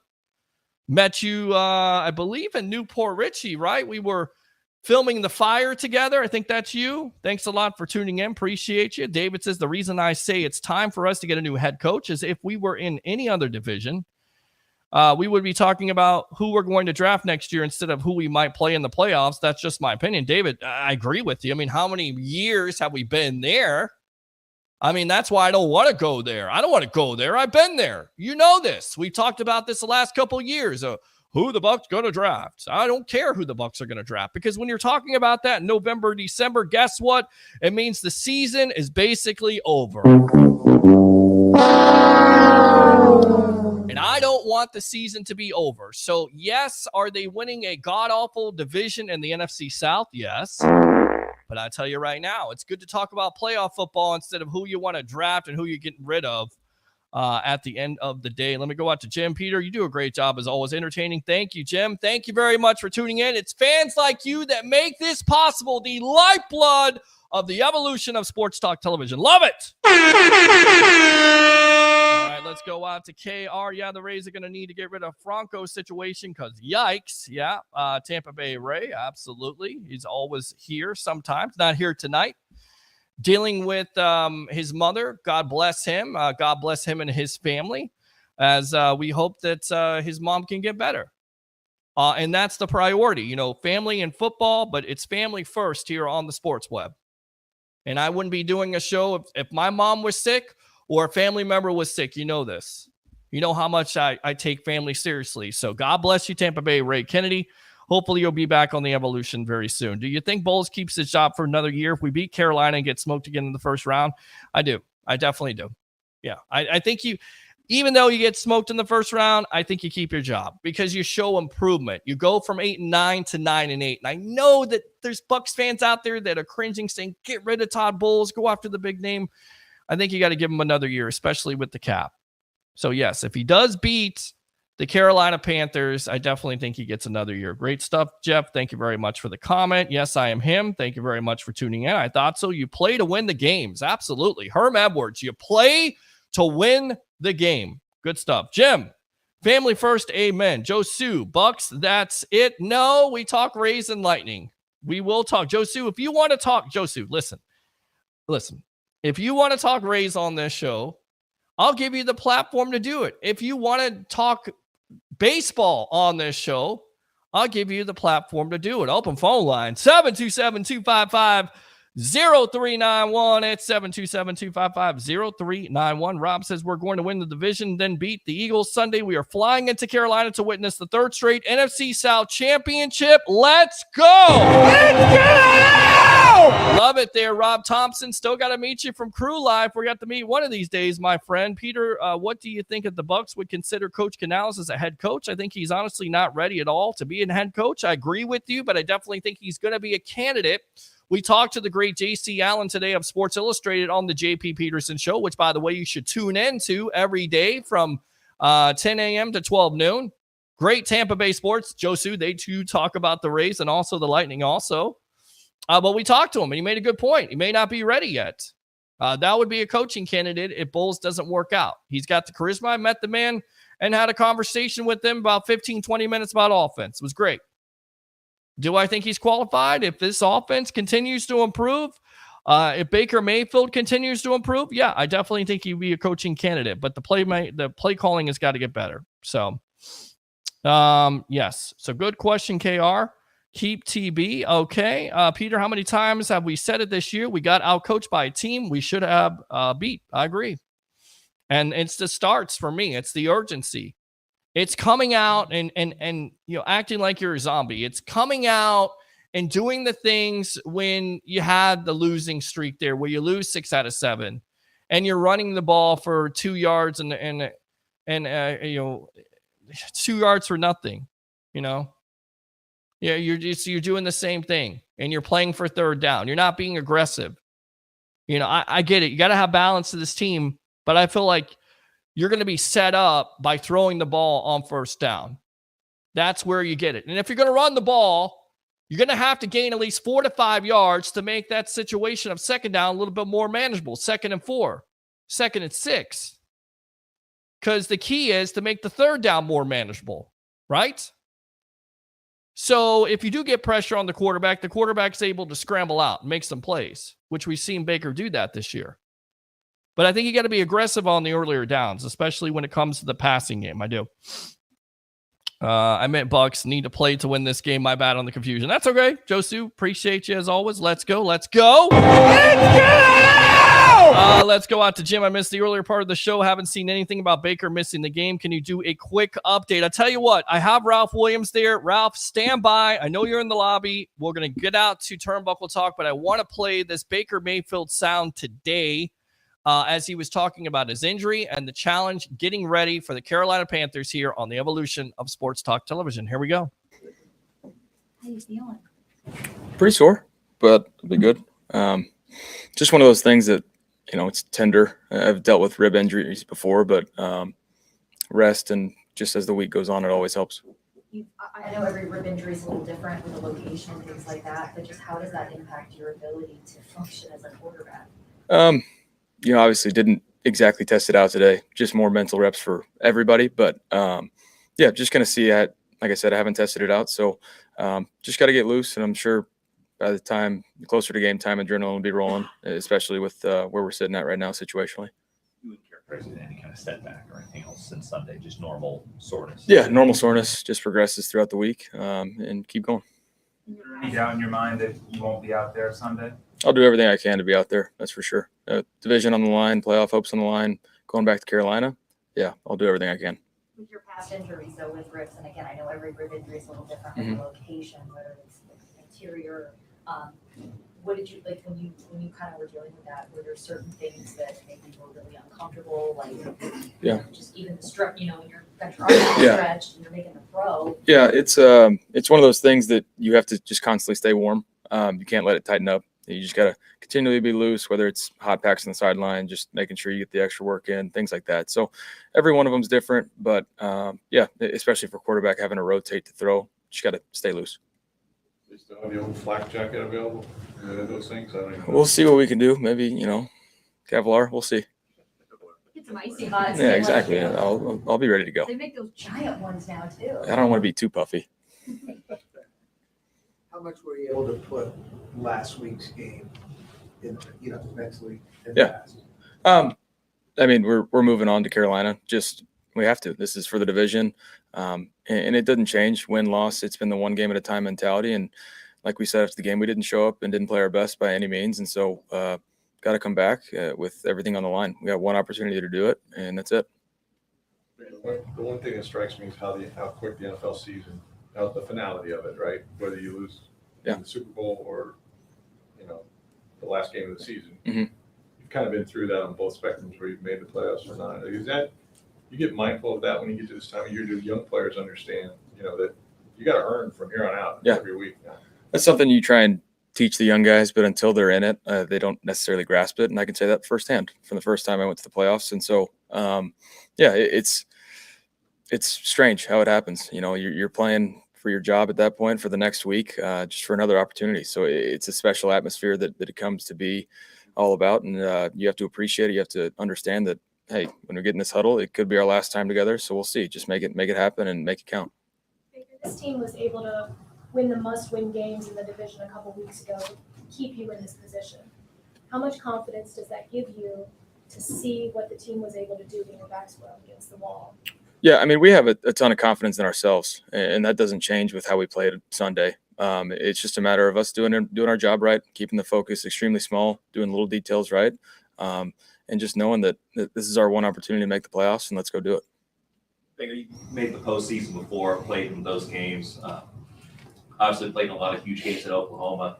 When you have a game of this magnitude, does the approach change at all, even leading up to the day of the game, or you try to just keep it as similar as possible? You try and keep it as similar as possible, because as soon as you try and do too much, that's when things go wrong. So it goes back to the mentality that we had, everybody just doing your job. You're 1/11th when you're on the field and trying to execute the best you can, and good things will happen. So that needs to be the mentality. And it's playoff teams and the great teams are the ones who don't mess up. And so that's an extremely high level of focus on your job at hand, even if it's the simplest play that you've done over and over all season. So it's the focus in the little details, and so you can't change your approach on that. Coming down to the last week now, having played all of these teams multiple times, does it surprise you at all that 75% of this division is still up for a playoff spot? No, it's just, that's kind of how it happens at this point. Everybody being, similar records, and it's just, you just fight to get a chance to get in. And so that's where we're at right now. And obviously, so are other teams, but we just got to handle our business and knowing what's at stake, that we control our own destiny. There you go. Control our own destiny. We know what's in stake. I need to see Baker Mayfield, and he talked about this here, get pissed off. This team needs to get pissed off, come out with urgency. I want to go out to TJ Reeves of the Buccaneer Radio Network, friend of the show, of course. He said, man, in this photo, go Bucs, Antoine Winfield Jr. is going to be named All-Pro, 1 of 2 at safety, and is going to get votes for Defensive Player of the Year. Fact that he didn't get popularity votes from petty NFC opponents to play in now NFL's flag football in February doesn't mean the same. Agree. I mean, it's a slap in the face. If you want to talk about being petty, that's being petty. Because all you damn NFC opponents know how great Antoine Winfield Jr. is. The stats don't lie. What he means to this Tampa Bay Buccaneer team? Tremendous. And all you NFC opponents would want him on your team. Period. Buda Baker. 0 interceptions, 0 forced fumbles, 0 sacks, and should have 0 chance to make the Pro Bowl, but I digress. Antoine Winfield Jr., once again, 3 interceptions, 5 forced fumbles, 4 fumble recoveries, 5 sacks, and a partridge in a pear tree. Open phone line, 727-255-0391. It's 727-255-0391. So thanks a lot to TJ Reeves, as I'm just going off on a tangent tonight. I just don't get it, man. Disrespect. I mean, even Tristan Wirfs, like really, Trent Williams over Tristan Wirfs. Has anybody watched? Tristan Wirfs is clearly the best left tackle in the league and will be paid as such by the Tampa Bay Buccaneers. I mean, at least he got Mike Evans right. Vita Vea right. All right, we'll go back out to the comments, and then we'll get out to Turnbuckle Talk here as Rob Williams waits so patiently. As always. So let's see. I didn't know that the Phillies manager is in the chat. What's up, Rob Thompson? Laugh out loud. KR says, I hope you can get JC on. I listened to JP show. It's very interesting. It is. KR, it's a great show. It is. We'll get him on this show. He started out here. We'll get him back on. I'm so tired of seeing 3rd and 3. Our corners are 10 to 15 yards off the line. Playing that Mike Smith defense, I agree. That's where you want to be aggressive, although I think, not having Carlton Davis there kind of hurts. Hopefully you have Carlton Davis back, because I like Carlton Davis. I do. When he can stay healthy, he's one of the top 10 corners in the league, top 5 corners in the league. He can shut down people. You like to see him be healthy. You like to have Jamel Dean be healthy. I mean, that's been a problem. That's plagued this team all year long. That's been their Achilles heel, the injury situation, especially in that back end. There's the tweet right there. Exactly right, TJ Reeves. David says they do go him. They did have him love on Good Morning Football. I think that's what you're saying. I'm happy Antoine was stiffed. Increases the chances he has a monster game this Sunday, regardless of who the quarterback is. Agree. Keep going, Peter H. Blake. Thank you very much. Appreciate you. Preach on Wirfs, too. I mean, Tristan Wirfs, really? Like, come on. Like, what are we watching here? Tristan Wirfs? I mean, when did you hear he gave up a sack? What was it, the Buffalo game? When he got hit, when he was injured? I mean, all year long, ask Cam Jordan. Ever since he's come into the league, he made Jordan his bitch. Sorry about the language. It's past 10. It's true. Ask Cam Jordan. You won't. He won't talk. You know why? Because he got shut down by Wirfs. So, yes, Tristan Wirfs not on the friggin' Pro Bowl? What are you guys looking at? Shut up! The disrespect for the Tampa Bay Buccaneers. This is motivation here, boys. I don't know if you watch this show or not, but this is motivation for you guys. The NFL, your colleagues, your peers, whatever you want to call them, your petty peers out there, this is what they think of you. The national media, they didn't think much of you. So it's time to prove them wrong. All right. Thank you very much, TJ. You fired me up even more. Did you see the new Lightning jerseys? Yes, I did. Christopher Cole. AWJ just tweeted, Well, yeah, there you go. Pro Bowl is a popularity contest. Yeah, it is. It is, Corey. Thanks a lot for tuning in. Tell you what, let's go out to the bodyguard of the Berg, Mr. Ralph Williams, Pittsburgh's newest radio personality. Excuse me. What do you think about this? I mean, I know you're not necessarily a Bucs fan, but come on, man. The numbers don't lie, right? I mean, they say stats are for losers, and consequently, Winfield Jr. isn't a loser. He's got 5 forced fumbles, 4 fumble recoveries, and 5 sacks, and he makes a difference on this team every week. Why isn't Antoine Winfield Jr. on the Pro Bowl? Welcome to the Sports Web. Yeah, it's a good question, Peter. I'd like to know that as well. You got some guys who just that don't play well or don't play to their standards that they probably should, or to the money that they're making, and they end up in the Pro Bowl, and there are guys like Antoine Winfield who don't. And that's sad. I mean, that shouldn't go on. And, he should be in the Pro Bowl. Have you softened on Mike Tomlin? I know you're not necessarily the biggest Mike Tomlin fan. Of course, I've said that, it's not a big secret here. The Glazers, the ownership of the Bucs, the worst thing they ever did was let him out of the building. Have you softened on Mike Tomlin because he may have another winning season for the Pittsburgh Steelers? Or are you still thinking, Ralph, he is mediocre Mike? Well, Bill Cowher once said, if you're not in the NFL to win a championship or a Super Bowl, you shouldn't be in it. Okay. The Steelers haven't won one in a while. And, it's this coach that hasn't done it. And I'm for winning Super Bowls and championships and things like that, not being 9-8 and mediocre and keep getting a raise or keep getting a new contract every year because you have an owner who is mediocre too and doesn't want to win a Super Bowl. If anyone thought the standard was the standard, the Steelers, it's not anymore. But if they are going to probably go 10-7, and I predicted they were going to do that at the beginning of the year to begin with the talent they had on paper. And when they lost those games to Arizona, to Indianapolis, and to Houston, I said, this team, forget it. It's over. And to New England, I said, it's over. It's done. They're going to fold their tent and go home. They need to do that. And I thought Mike Tomlin was going to have a losing record for the first time in his career.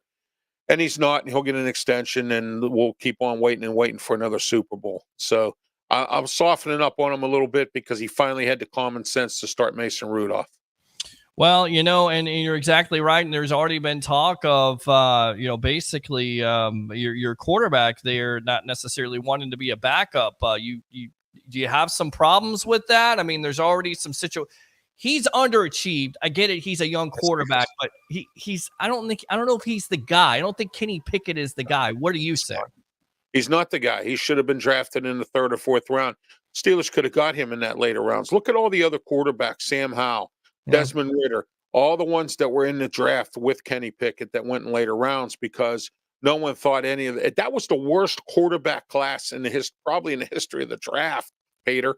There really wasn't any good, really, quarterbacks. I mean, Kenny Pickett made it to the Heisman Trophy finalist, but the only reason he was a good quarterback at Pitt was because he had a great offensive coordinator and quarterbacks coach in Mark Whipple. Mark Whipple was Ben Roethlisberger's coach his first couple of years in Pittsburgh, and Whipple's been a good quarterbacks coach forever. He's been around the NFL and in college. And I'd like to see the Steelers bring him back next year and bring him in as an offensive assistant to help Kenny Pickett. I think what they should do for next year is give Mason Rudolph a raise, give him the reins to the key to the bus, and let him drive it. And if they come back with the same coordinators they have now that have taken over from Matt Canada, I think that they should bring Mason Rudolph back and let Pickett sit behind Rudolph and learn. I got another name for you, Russell Wilson. How does that shake for you? Oh, no, that's not going to happen here. And if it does, I'll be surprised. Although You never know anymore. Omar Khan and Andy Weidel in our front office, or the GM and the assistant GM. You never know. Omar Khan has been signing guys who nobody wants, and we managed to make them good players. So we'll see. Well, four fourth quarter comebacks by Wilson. I definitely don't think he's lost anything. I mean, he's not necessarily the same player he was a couple of years ago, but I think it's more about the relationship between him and Sean Payton, aka Sourpuss from New Orleans, who always has he has the resting bitch face all the time. That's a constant look. I don't know how a man would be able to get up in the morning and look himself in the mirror and see I'd be like that. I don't know, but he always has that face. He always had something against Russell Wilson. Russell Wilson was never his quarterback. I think Wilson goes to Atlanta or Pittsburgh, especially Atlanta with Sierra. Well, Atlanta needs to sign him if they're going to keep Arthur Smith to save his job. Because Arthur Smith could be on the firing block here. And, and I think that if Atlanta's going to keep Arthur Smith, they need to bring in Russell Wilson to save his job. If they fire Arthur Smith, don't sign Russell Wilson. And I'd like the Steelers to sign Russell Wilson, but bring in a decent offensive coordinator that he can work with, and it can work with him. If that happens, I don't want to see the Steelers sign Russell Wilson just to sign him, and then they bring him in here, and the system stinks. You know what I'm saying? It's all about systems too, Peter, in this whole thing. And let me get back to your offensive coordinator down there in Tampa. What's his name? Dave Canales, I believe it is, right? Dave Canales, yes, sir. Mm-hmm. Yes. He's a good quarterbacks coach and a good offensive coordinator. He would be a good head coach probably in Carolina, because Bryce Young needs to get somebody that's young and energetic and fired up and can really motivate a quarterback. Because Bryce Young, as you know, has laid an egg as far as what he's done compared to all the other guys, CJ Stroud and all them other guys. Yeah, well, it's been disappointing, but CJ Stroud's been put in a situation. You look at top down with Carolina. You have an owner that's throwing drinks on fans. He's just a maniac to me. He's like a junior, Daniel Snyder or something. He's trying to make changes, and I get it. He wants to win, but you don't change coaches every 2 to 3 years. No. That's not the recipe for success. And it seems like a clown show over there. And if I'm Dave Canales, my first coach Jones, we saw that in Dallas with Jerry Jones, Peter. He was changing coaches like we were changing our clothes. Well, and then all of a sudden he stuck with McCarthy and Jason Garrett all them years. Well, because he stepped away from it. His son now is in charge. And I've always said, if Jerry Jones was in charge of the Cowboys, continuing to do what he's done, they'll never win a championship. And guess what? They haven't won a championship since, although his son, they're taking the necessary steps, but he stepped away from the personnel decisions. I want to go back out to these comments, and then we'll get to Turnbuckle. Sure. Yeah, Richard says, great show. Thank you, sir. Appreciate it. Yeah. Let's go out to Corey, a safety with 5 sacks, 5 forced fumbles, 5 recoveries, 3 interceptions. Come on, man. They just need to vote the same names in, Ryan Pickett equals Kyle Trask. What do you think about Kyle Trask really quick? Are you okay with him starting on Sunday if Baker is not fully healthy? And do you think Bucs fans should be confident with a guy, it's never really gotten an opportunity to start in the National Football League? Well, that's if Kyle Trask listens to what Dave Canales has to say. I mean, if he's the backup quarterback and he likes the system and he can run it, I believe that Trask should play if Baker Mayfield's hurt and can't play. I think the only thing that'll keep Baker out is the medical staff. They'll probably say, look, you can't play. You're not cleared. Okay, so if not, Baker will play, because I've seen Baker play in Cleveland with injuries, and I'm sure he'll play with an injury here in Tampa. And, so that's what I think is going to happen there.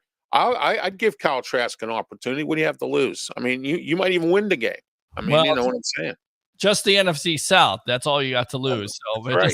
Exactly. Everyone, Shadow is here. Jeremiah, thanks a lot for tuning in. Craig says, do they have a splash zone now in Charlotte? Yes, they do, for fans to drown themselves either in their sorrows with the beer that they serve with the concessions, or drown themselves in the pool after they get absolutely clobbered. And then also remember that you don't have a first-round pick this year because you traded it for Bryce Young. And hey, I have something for you, Peter. And I don't know if you noticed or not that Dave Tepper and his family are from Pittsburgh. Dave Tepper and some of the members of his family went to Carnegie Mellon University. So you would think they would be smart. It takes a lot of money and a lot of brains to go to Carnegie Mellon. Okay. Yeah. So, you would think they would be smart. There's buildings at Carnegie Mellon here that are dedicated to the Tepper family that they have put their names on and paid for and built. So for business and all that other stuff. So you would think Dave Tepper would be a little smarter than what he is. Well, you think he would be a little bit more intelligent, and you would also realize, listen, you're going to hire these football people, let them do their job and stay out of it. You're an owner. You don't know. Right. You're paying the bills. I get it. You want to have a little bit of input. But, for me, the best owners around the league are the guys that kind of just let their football people. They hire their football people. They let their people do their business. Remember the movie Any Given Sunday? Remember the part when Al Pacino was arguing with Cameron Diaz, and he says, your father let me coach, and he was the owner. He let the owner own and the coach coach. That's what needs to happen there. It's one of the most underrated football movies out there of all time. I don't care what anybody says. I get it. I love Remember the Titans with Denzel Washington. Yeah, we're going to change the way we block. We're going to change the way we – Right. I love that. I love that. No doubt. Yes. Love that. Here's Steve Martin and Frank Sinatra. The Replacement, a great movie. Rudy, a great movie. Yes. But Any Given Sunday with Al Pacino and Cameron Diaz and freaking Jamie Foxx and LL Cool J. And James Woods was even good in that as a doctor. Woods and the other guy, Randy, is it Matthew Modine? He played the assistant doctor. Yeah, remember? Yeah, that squealed on James Woods. Yeah. Dennis Quaid and the other guy that played Two-Face and Batman. So many great actors. Aaron Eckhart. And he looks like Ken Wisenhunt. yes, exactly. Like Ken Wisenhunt. Right, and he eventually gets the job. I love that. Yeah. Dennis Quaid, Dennis Quaid, he's right up there with Kevin Costner, right? If you're going to have a football movie or a sports movie, two actors I'm going to right away, okay? Dennis Quaid, because he's played in, the Rookie. He was good in The Rookie. Yes. And he played in Any Given Sunday. And he played as a coach at Syracuse. And he's amazing. And then also you have Kevin Costner. I don't know. Draft Day. I mean, he was good in that. Yes. Thank you. Yes. All right. Now you're speaking my language. All right. Let's go out to Jim here. Ribs aren't broken. You can juice them up, play without much pain. It's true, but it's going to be cold. It's going to be cold out there. Ribs aren't broken. So we'll see. Jim says your co-host is like Dave Canales. Go Buccaneers. Okay. Thank you. People talking about Trask, but he'll be your hero if he has to play and beats the Panthers. You're absolutely correct about. I just have doubts about it, Dave. But listen, we'll see if he starts or not. If Baker's going to be the starter. LT, there's another one. Very good. LT in the movie. Jim Brown, another one. Another great. So many great actors and Jim Brown was a good defensive coordinator in that movie. Yes. Well, how about The Water Boy? Well, LT was in that also. Is that up there as a football movie? I guess it is. I mean, I don't. Peter, did you ever watch ESPN Playmakers? I mean, that was a great series. 1 year. How realistic was that? And then basically, Terrell Owens was in that movie too. Any Given Sunday. You're exactly right. He was. Bill Bellamy was one of the wide receivers. Yes. Yeah. Bill Bellamy was another wide receiver. They had all kinds of football players. Oliver Stone puts together a good cast to begin with. I mean, he was even in it too. He was in it as a play-by-play guy. Yeah, Johnny Unitas. Yeah. You had Dick Butkus in it. Barry Switzer. Yeah. You say I see a handle. I'm not buying. I'm sorry. I love you, Oliver Stone, as a director. I don't know about the announcer with Barry Switzer. I'm not buying that. Oh, yeah. Yes, playmakers, love playmakers, absolutely. I think I would have loved to see, 2 or 3 years of that. And, of course, the NFL once again put the kibosh on it because it was too realistic. No, hell, he won't be my hero. I care less about bubblegum arm Trask. Been here 4 years, can't start. Coaches know the deal. Jim says, Denzel, Remember the Titans is my favorite. Absolutely. David, I know it's college, but what about the Program? That's another good movie. We're talking about football movies here. The Program. Invincible with Mark Wahlberg played Vince Papali. That was a good movie. That was a good movie. Definitely. Some good football movies that we're talking about. All right, let's shift gears here. Talk about Turnbuckle Talk. It's been a big week here. It starts off with Raw. Day one. There is, a report put out there. There's a former world champion that's showing up. Music hits. Jinder Mahal comes out. Everybody's disappointed. He does this whole kind of chic thing against USA. And then this man's music hits. The Rock, he comes out, electrifies everyone. He says, you can't even come out here in the people's ring in front of the people with the people's champ in the building and run our country down free of consequence from The Rock.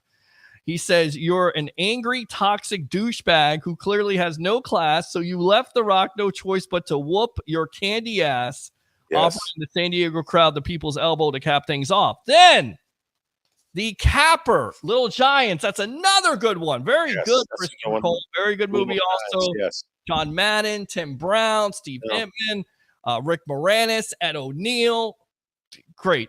You guys are speaking my language now. These are the kind of movies I watch, sports movies, especially football. How about Blue Chips? Did you like that? I like Blue Chips. And that's the reason why Shaq wanted Penny Hardaway in the first place, because Orlando was going to draft Chris Webber, and they worked together on the set with Nick Nolte, of course, doing his best. What was it? He played Pete Bell, the head coach. He did, but he was playing another coach there, Indiana. I think he was doing an impression of him. Bobby Knight, yes, he was doing his best Bobby Knight there, so that was good. But that's the reason why they drafted Penny Hardaway in the first place, because they worked together. And it was a good movie, good pick. I liked it. So The Rock goes on and says, or should The Rock sit at the bar? Yeah, The Rock loves the bar. He goes, should The Rock sit at the booth? Yeah, he loves that. Or should The Rock sit at the head of the table? And the crowd goes nuts because they all know what's going on. Foreshadowing is happening, that The Rock is asking the crowd if he should wrestle Roman Reigns. Now, my first thing was, do you do this at WrestleMania 40? I say no, because you've already set up the storyline between Cody and Roman Reigns. You got to finish the story. Cody gets the belt. Roman goes off into the sunset. So what about Elimination Chamber, which, by the way, would be in Perth, Australia, which would be 70,000? Is that the way they go? Rock versus Roman Reigns in the Elimination Chamber, yes or no? I would do it because it's unfair to Cody if they don't. Because I'm hearing now, if this doesn't happen between Cody and Roman Reigns, Cody's not signing a contract when it runs out at the end of this year. Yeah. Because he was promised by Vince McMahon when he signed his contract that he was going to win the title and he was going to be the champion, and then Triple H changed everything. Right. And, so I don't think that's fair at all to him for, being lied to like that in some perspective, we said this tonight on my Wrestle Talk show with Bubba Brewer and Smoking Jim Frazier on Blog Talk Radio. We were talking about that tonight, about the, being unfair to Cody Rhodes if The Rock does fight Roman Reigns at WrestleMania. We saw this coming, Peter. It was coming a long time ago. This was talked about last year, about how he was going to be, The Rock was going to fight Roman Reigns, and that was a potential match for WrestleMania, and now here it is. Yeah, here it is. And of course, The Rock was, foreshadowing again a couple months ago. He comes out with Pat McAfee, and they're doing the whole Colorado thing, and Dion, and they talk about it. And I think it was always on the table. I just don't know if it's made for WrestleMania. And again, this goes back to it's not made for WrestleMania, Peter, and it shouldn't be fair to Cody Rhodes to do that. But let me tell you a little something about this Elimination Chamber. It may not be in Australia. They're not selling tickets. They're talking about moving it to another city. They're talking about bringing it back to the United States because they're not selling tickets. It's not selling there. Well, what they're saying right now, and I haven't heard that, so you heard something different, but they're going to face off the Elimination Chamber in Perth, Australia, February 24th at Optimus Stadium in front of a crowd of likely 70,000 people.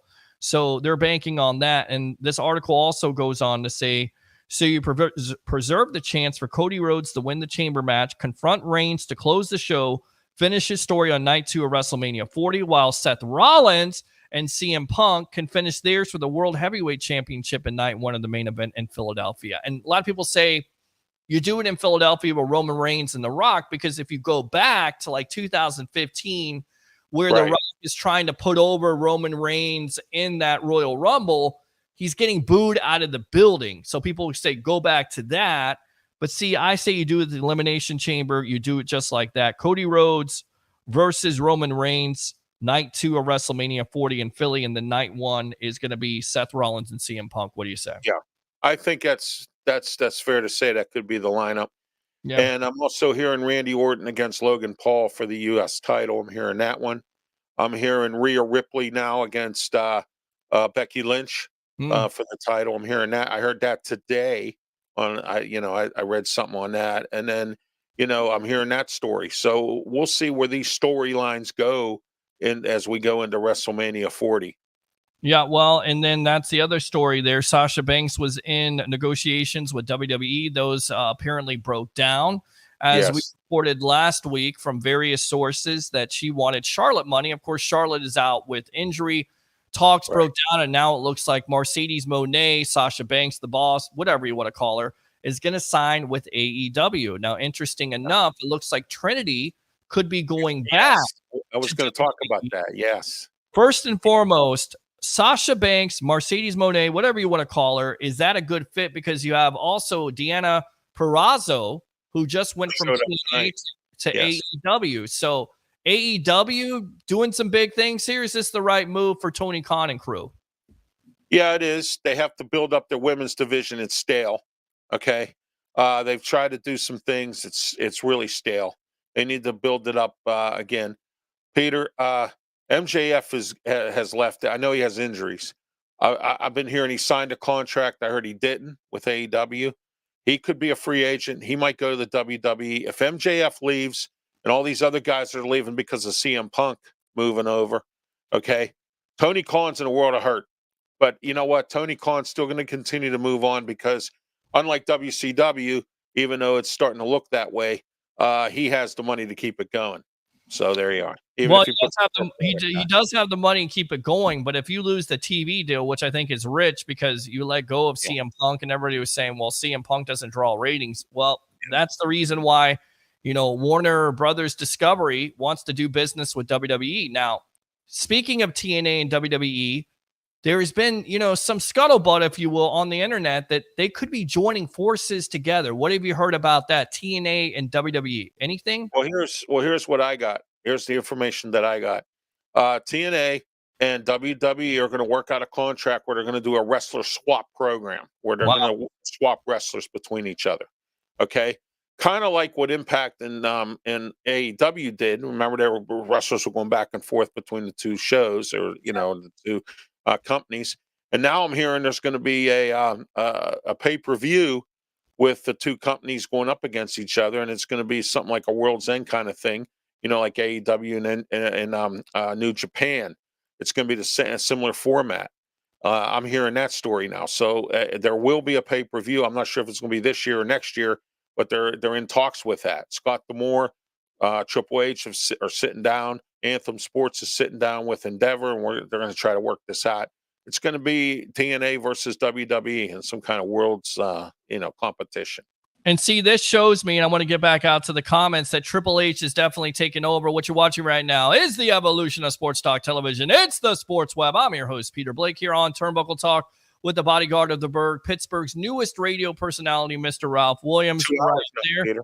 Yes, sir. Yes, sir. Absolutely. 2 hours. Go 3 hours here eventually, my friend. It gets addicting. We'll see what happens. That's why I do my own thing. I don't got a program director saying, hey, you got to take commercials. Hey, you got to do this. I would love to have some commercials and advertisements, some consistent ones that would pay some good money. I could do that, but I have some leverage with the station. I mean, they don't completely tell me what to do. It's my show. I can practically do whatever I want almost. But I have to follow a few rules, I got you. All right, Little Giants. We mentioned that one. The Replacements was another solid movie, guys. KR says, but any given Sunday is a GOAT of sports movies. I like that comment a lot. Let's go out to Jeremiah. Longest Yard, both of them. I seen the first one. I didn't really get a chance to see the first. I've seen some of the edited version. I got to see more of that. The second one with Adam Sandler, it was good. There was lots of action. It was good. It had a lot of good stars, and then Chris Rock was funny. Yes. Chris Rock, Adam Sandler, Dan Patrick is wrestlers. Michael Irvin, Kevin Nash, Goldberg, Steve Austin. The Great Khali. The Great Khali. Hey, I got something for you about him. Yes. I was working at a hospital here in Pittsburgh, and I'm disabled in a wheelchair. I can't really work anymore. I used to fill vending machines at a hospital in Pittsburgh here called Montefiore UPMC.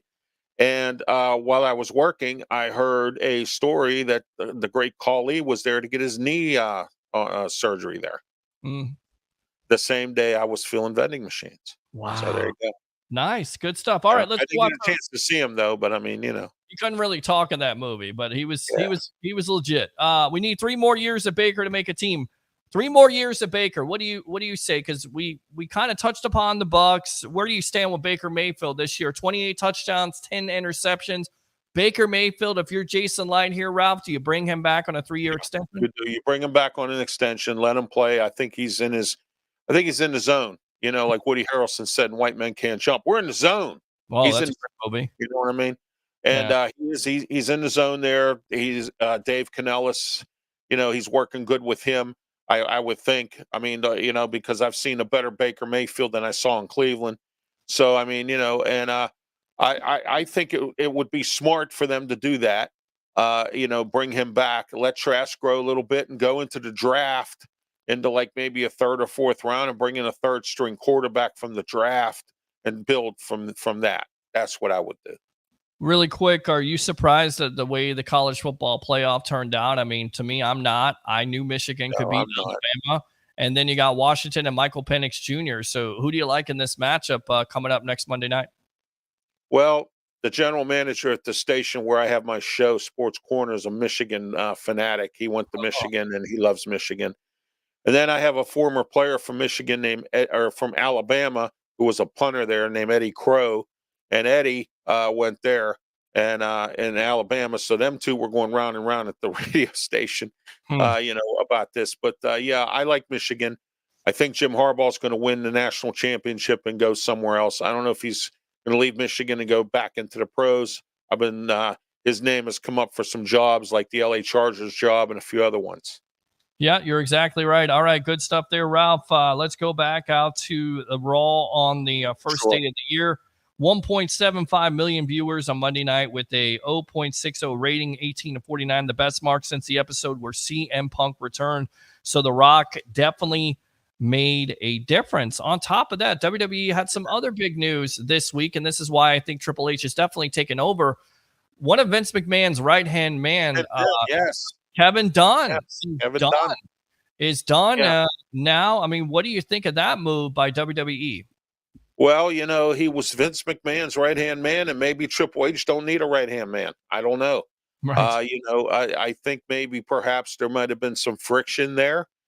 Triple H is doing things one way. Vince McMahon did them the other. Kevin Dunn was his right-hand man of Vince McMahon. And, it's just like a coach and a quarterback or a coach and a player. Like Russell Wilson and Sean Payton, here we go. It's the same way there. Same concept, so, I don't blame him for walking away or leaving. Well, he had some bad jokes. A lot of people just disagree with his decision-making. And once again, I think it's a good thing to move on from the old guard, have the new guard. Right. Triple H is taking over that brand. You have Shawn Michaels running NXT. And I got to tell you right now, I don't know about you, but wrestling is more enjoyable for me. I try to sit down. If I don't do a show on Monday night, which, sometimes I don't because I'm a little bit tired after, the long day on Sunday, I sit down and watch wrestling. I enjoy it. I enjoy Friday Night SmackDown. I even, try to dabble and watch a little NXT on Tuesday. How about you? How do you feel about wrestling right now ever since Triple H has taken over full-time creative? I like it. And there were times when I would watch Monday Night Raw and switch over to the Monday Night Football game or try to watch a movie in between or go back and forth because of a stinky match. Now he's starting to bring some good matches in that gets everyone's attention to stay there and watch the program. SmackDown, I watch. I don't change the channel on, because usually there's never much of a sucky match. Yeah. But I will say I am impressed with Raw because, like I said before, I was switching back and forth. There were too many sucky matches that I really didn't like, and some of the storylines were, goofy. That 24/7 title was retarded, and there was some other stuff that I didn't like, and I just, I just switched the channel back and forth. All right, so I see that stuff. I mean, Yeah. All right, let's go out to AEW here again. The big surprise, the devil was revealed as being Adam Cole. Are you surprised by that? Of course, how it works out. Samoa Joe, who I think is one of the most underrated wrestlers out there. You know, you think of Taz. Remember Taz? Taz. Yeah, I remember Taz. Yes, the submission machine, man. He hurt his neck. Yeah, and he was awesome in ECW. Never really got his opportunity with WWE because of the injury. Samoa Joe, to me, feels the same way. And now he's the world champion in AEW. First and foremost, what do you think of that move? Now MJF has gone out with an injury. Samoa Joe, your champion. I like Samoa Joe. I've always respected him, and I always thought you're right. He was underrated, and I never thought he got any opportunities to pursue championships. And he did have some in WWE, but he had too many injuries and concussions that warranted him not to get another contract. And then he moved. AEW is the right fit for him. Sometimes you got to go somewhere else to get get the bad taste out of your mouth where you were at, and move on. And he just didn't do it in WWE other than the NXT Championship. And he was in some big matches, and he just didn't win. And then he got hurt too many times. So I'm glad he's in AEW. I'm glad he has that title. He held on to that television title for a while from ROH, and which built him up to this. And I think he deserves that. As far as Adam Cole goes, Bubba Brewer, my co-host on my Wrestle Talk show on Wednesday, said that he thought Adam Cole was the devil when we had the discussion as to who could be the devil. And, there were some things out there. It was Jungle Boy, Jack Perry. It was, the Jay White and pretending he, and whatnot. So, and now Adam Cole has revealed that he's the devil and his goons. Now you got teams that he beat up now are coming after him, as you saw tonight. You got the Acclaim came out at the same time that the Jay White and the Duns came out, because remember, he took the devil and his gang took all them out too. So Yep. There you All are. right. So how it worked out is reap what you sow. I mean, they started this, and now Adam Cole came out tonight and living in a dream world. He's trying to say that Broderick Strong's going to be the international champion, and that Wardlow's going to be the world champion and beat Samoa Joe, and he's going to keep the championship warm for him, Adam Cole, when he comes back from his injury. So there you go. they should do that. That's how you're gonna put over that faction. You you have to win all the belts. Right. This goes back to WCW, right? Because they had a pay-per-view, I think it was like in 96, and they were trying, or 97, they were trying to build up the NWO, and they had this sold out. It was called NWO sold out. And it was NWO on pay-per-view. Yeah. And every NWO wrestler lost. That is not how you book. Yeah. That's terrible. So what you do is you put them over, and the way you do that is giving them the belts. Now, to explain the situation, of course, MJF was emotional following his loss, but his best friend Adam Cole was there with him. Then the masked men made their way to the ring. They grabbed Cole, attacked MJF. One of the men had a steel chair in his hand as he was about to hit MJF, with Adam Cole screaming for him to hit him instead of his friend. The lights went out, and Cole was revealed as the devil. Not everyone was surprised by this, though. Of course, the devil being Adam Cole, Wardlow, the Kingdom, everybody else. AEW is all about the factions. It was a shock. It was well done. They did it. They did this storyline until June, but there were hints of him being that, so I'm not really surprised by it, but I think it was a good payoff.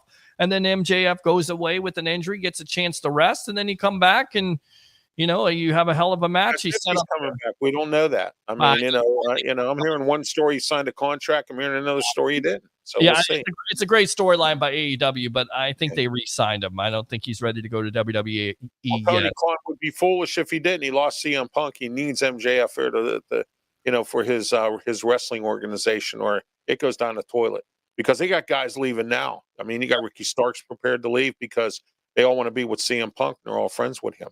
Yeah. And, all right. And Jericho's in trouble. I mean, that whole situation's allegations, but if you read on that with coming on to Kylie Ray and inviting her to his room with nobody, really, really scummy and slimy, but they're allegations. But supposedly Jericho made everybody sign NDAs. So at the last pay-per-view, they were all screaming NDA, NDA, NDA when Jericho was coming out. So, all right, 5 bold WWE AEW predictions for 2024. First one, Roman Reigns loses the WWE Undisputed Championship, takes time off, and transitions to a babyface upon his return. It says, and this is from the New York Times, Reigns' heel run has been the stuff of legend, but WWE will need to make him feel fresh after he likely faces The Rock, eventually drops the championships, and the pressure that comes with his historic reign ends. Reigns' bloodline faction will likely be completely fractured by then, and his absence will give Jimmy and Jey Uso and Solo Sikoa time to flourish without him. Without the championship and CM Punk potentially as a world heavyweight champion, Paul Heyman will have first time a reason to leave Reigns. I think they eventually, Reigns and Punk will face off. That will be the next big feud in WWE, and eventually Paul Heyman will turn on Reigns and go back to CM Punk. What do you say? Yeah, I think you're right, Peter. I think that's going to happen that way. If it doesn't, then I don't know what will. But I think it's going to happen that way. Reigns is probably going to take some time off. I'm hearing he wants to go act.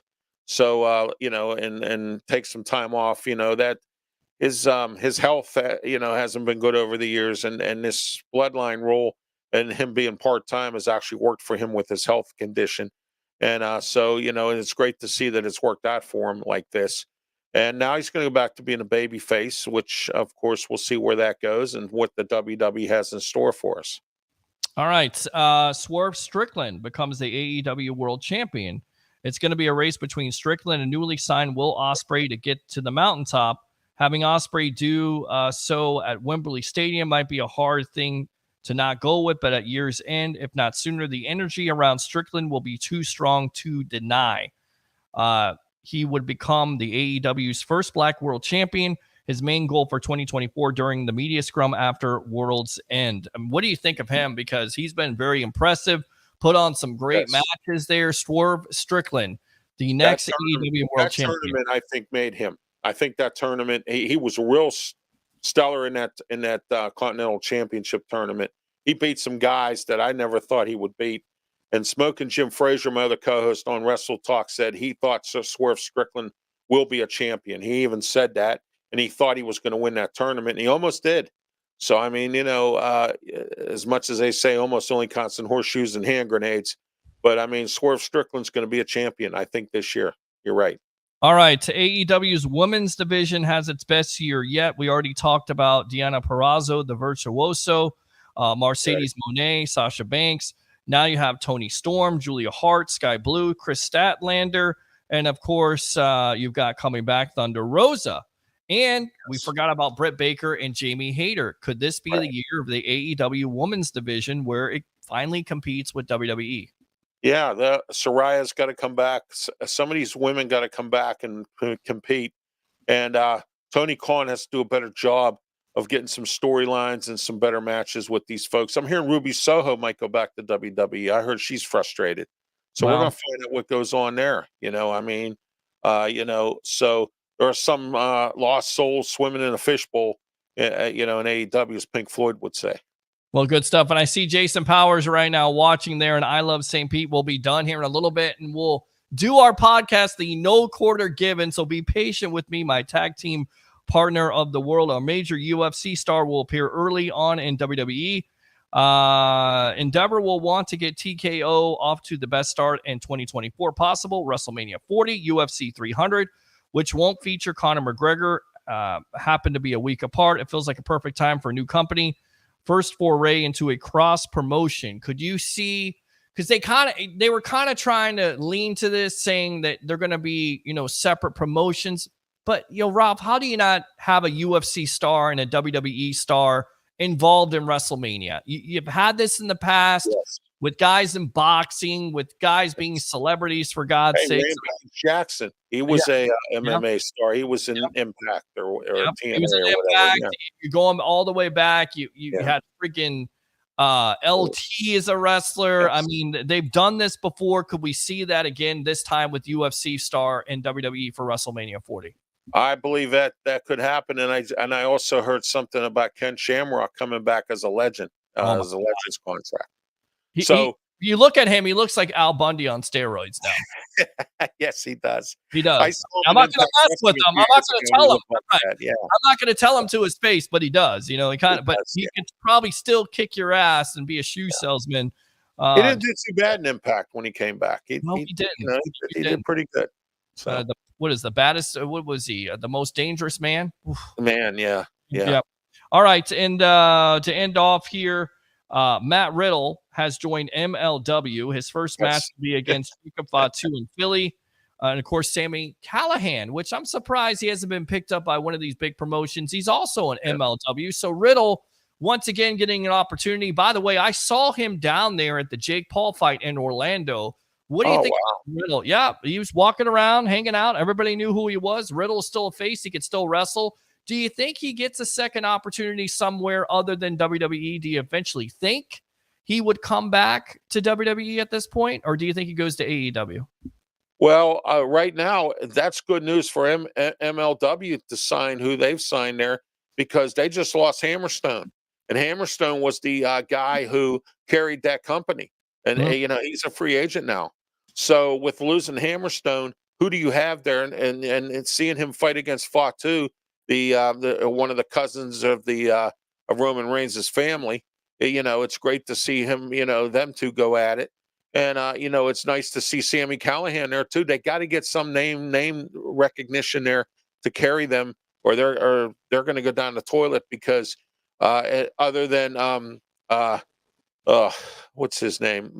She's married to Chelsea Green, and I can't remember his name off the top of my head right now. Oh, it's Zack Ryder. Yeah, formerly Zack Ryder. He's been switching between doing the independents, MLW. He's been on Impact. He's been on NWA. He's been all over the place. So with him also, I think MLW is going to carry themselves really well, and it's great to see Matt Riddle coming back, and maybe he can build himself back up and come back to the WWE. But if he goes to MLW, moves on to Impact, and then maybe goes to AEW, and then come back to WWE, then it'll be better. Yeah. And you know, as long as he stays off the drugs and all that stuff and stays out of trouble, I think he'll be okay. Completely agree with that. And I think he'll have another opportunity either with WWE or AEW. Never say never, especially when it comes to Triple H. Because if Triple H will bring him back. I think he will, but it's going to take time. If it's best for business, it's best for business. All right. With that being said, we'll wrap it up there. Ralph, go ahead and promote yourself here on the Evolution. Yes, you can catch me on Facebook. I have my own YouTube channel. I have my own broadcasting company, RW Media. You can catch me on Tuesday nights on Beaver County Radio, 99.3 FM, 12:30 a.m. We're live on YouTube and also on Facebook with Beaver County Radio and their website. We are now 2 hours, 4 to 6 p.m. Ralph Williams, Smoking Jim Frazier, Sports Corner Radio Show, 5:30 p.m. on our show. We do a half-hour segment on wrestling. And coming up, we have a guy named Randy, who is an independent wrestler from Michigan, coming on Tuesday, January 9th, and he's going to talk about the independent circuit in Michigan. Love it. Good stuff there, Ralph Williams. Thanks a lot for your time here on the Evolution of Sports Talk. You're welcome anytime, Peter. You know, so see you next week. And in the meantime, Happy New Year. Happy New Year. There you go. Yeah. All right, Ralph. There we go. Good stuff there. Thanks a lot for your time. Thanks a lot to all the guests, Mr. Leo Haggerty, former Coach Scout, and now media member of Night Sports Productions. Of course, Eric Waddle of AP Radio, Mr. Ralph Williams, and of course, all the calls. I asked for calls tonight. You absolutely gave the calls tonight. Appreciate that. All your opinions are valid on this show. Once again, you are the lifeblood of what makes the sports web go. Like and subscribe to the sports web on YouTube. Of course, like I Love St. Pete. Friend me at Peter H. Blake. Also, go on Bucs Life. Get ready for Sunday because it's do or die. Bucs have to win or they go home. You got to beat the Carolina Panthers. You win the NFC South. And playoffs are right in front of you. I cannot believe Antoine Winfield Jr. didn't make the Pro Bowl, but Mike Evans did. And of course, you know, Facebook stars are out there. If you like the content, give to it. YouTube super chats are out there. Do 3 things. You know them. You love them. You got to have them. Monday, Wednesday, before a Bucs game, after a Bucs game. Who knows? Just tune in. Bring your passion. Bring your excitement. Just don't bring any nonsense. I'm your host, Peter Blake, your Rolex reporter. What time is it? It's my time. And for fans of the sports web and the Tampa Bay sports fan, especially you Bucs, Rays, and Lightning fans, it's your time. Have a great night, and we'll see you soon on the evolution of Sports Talk Television.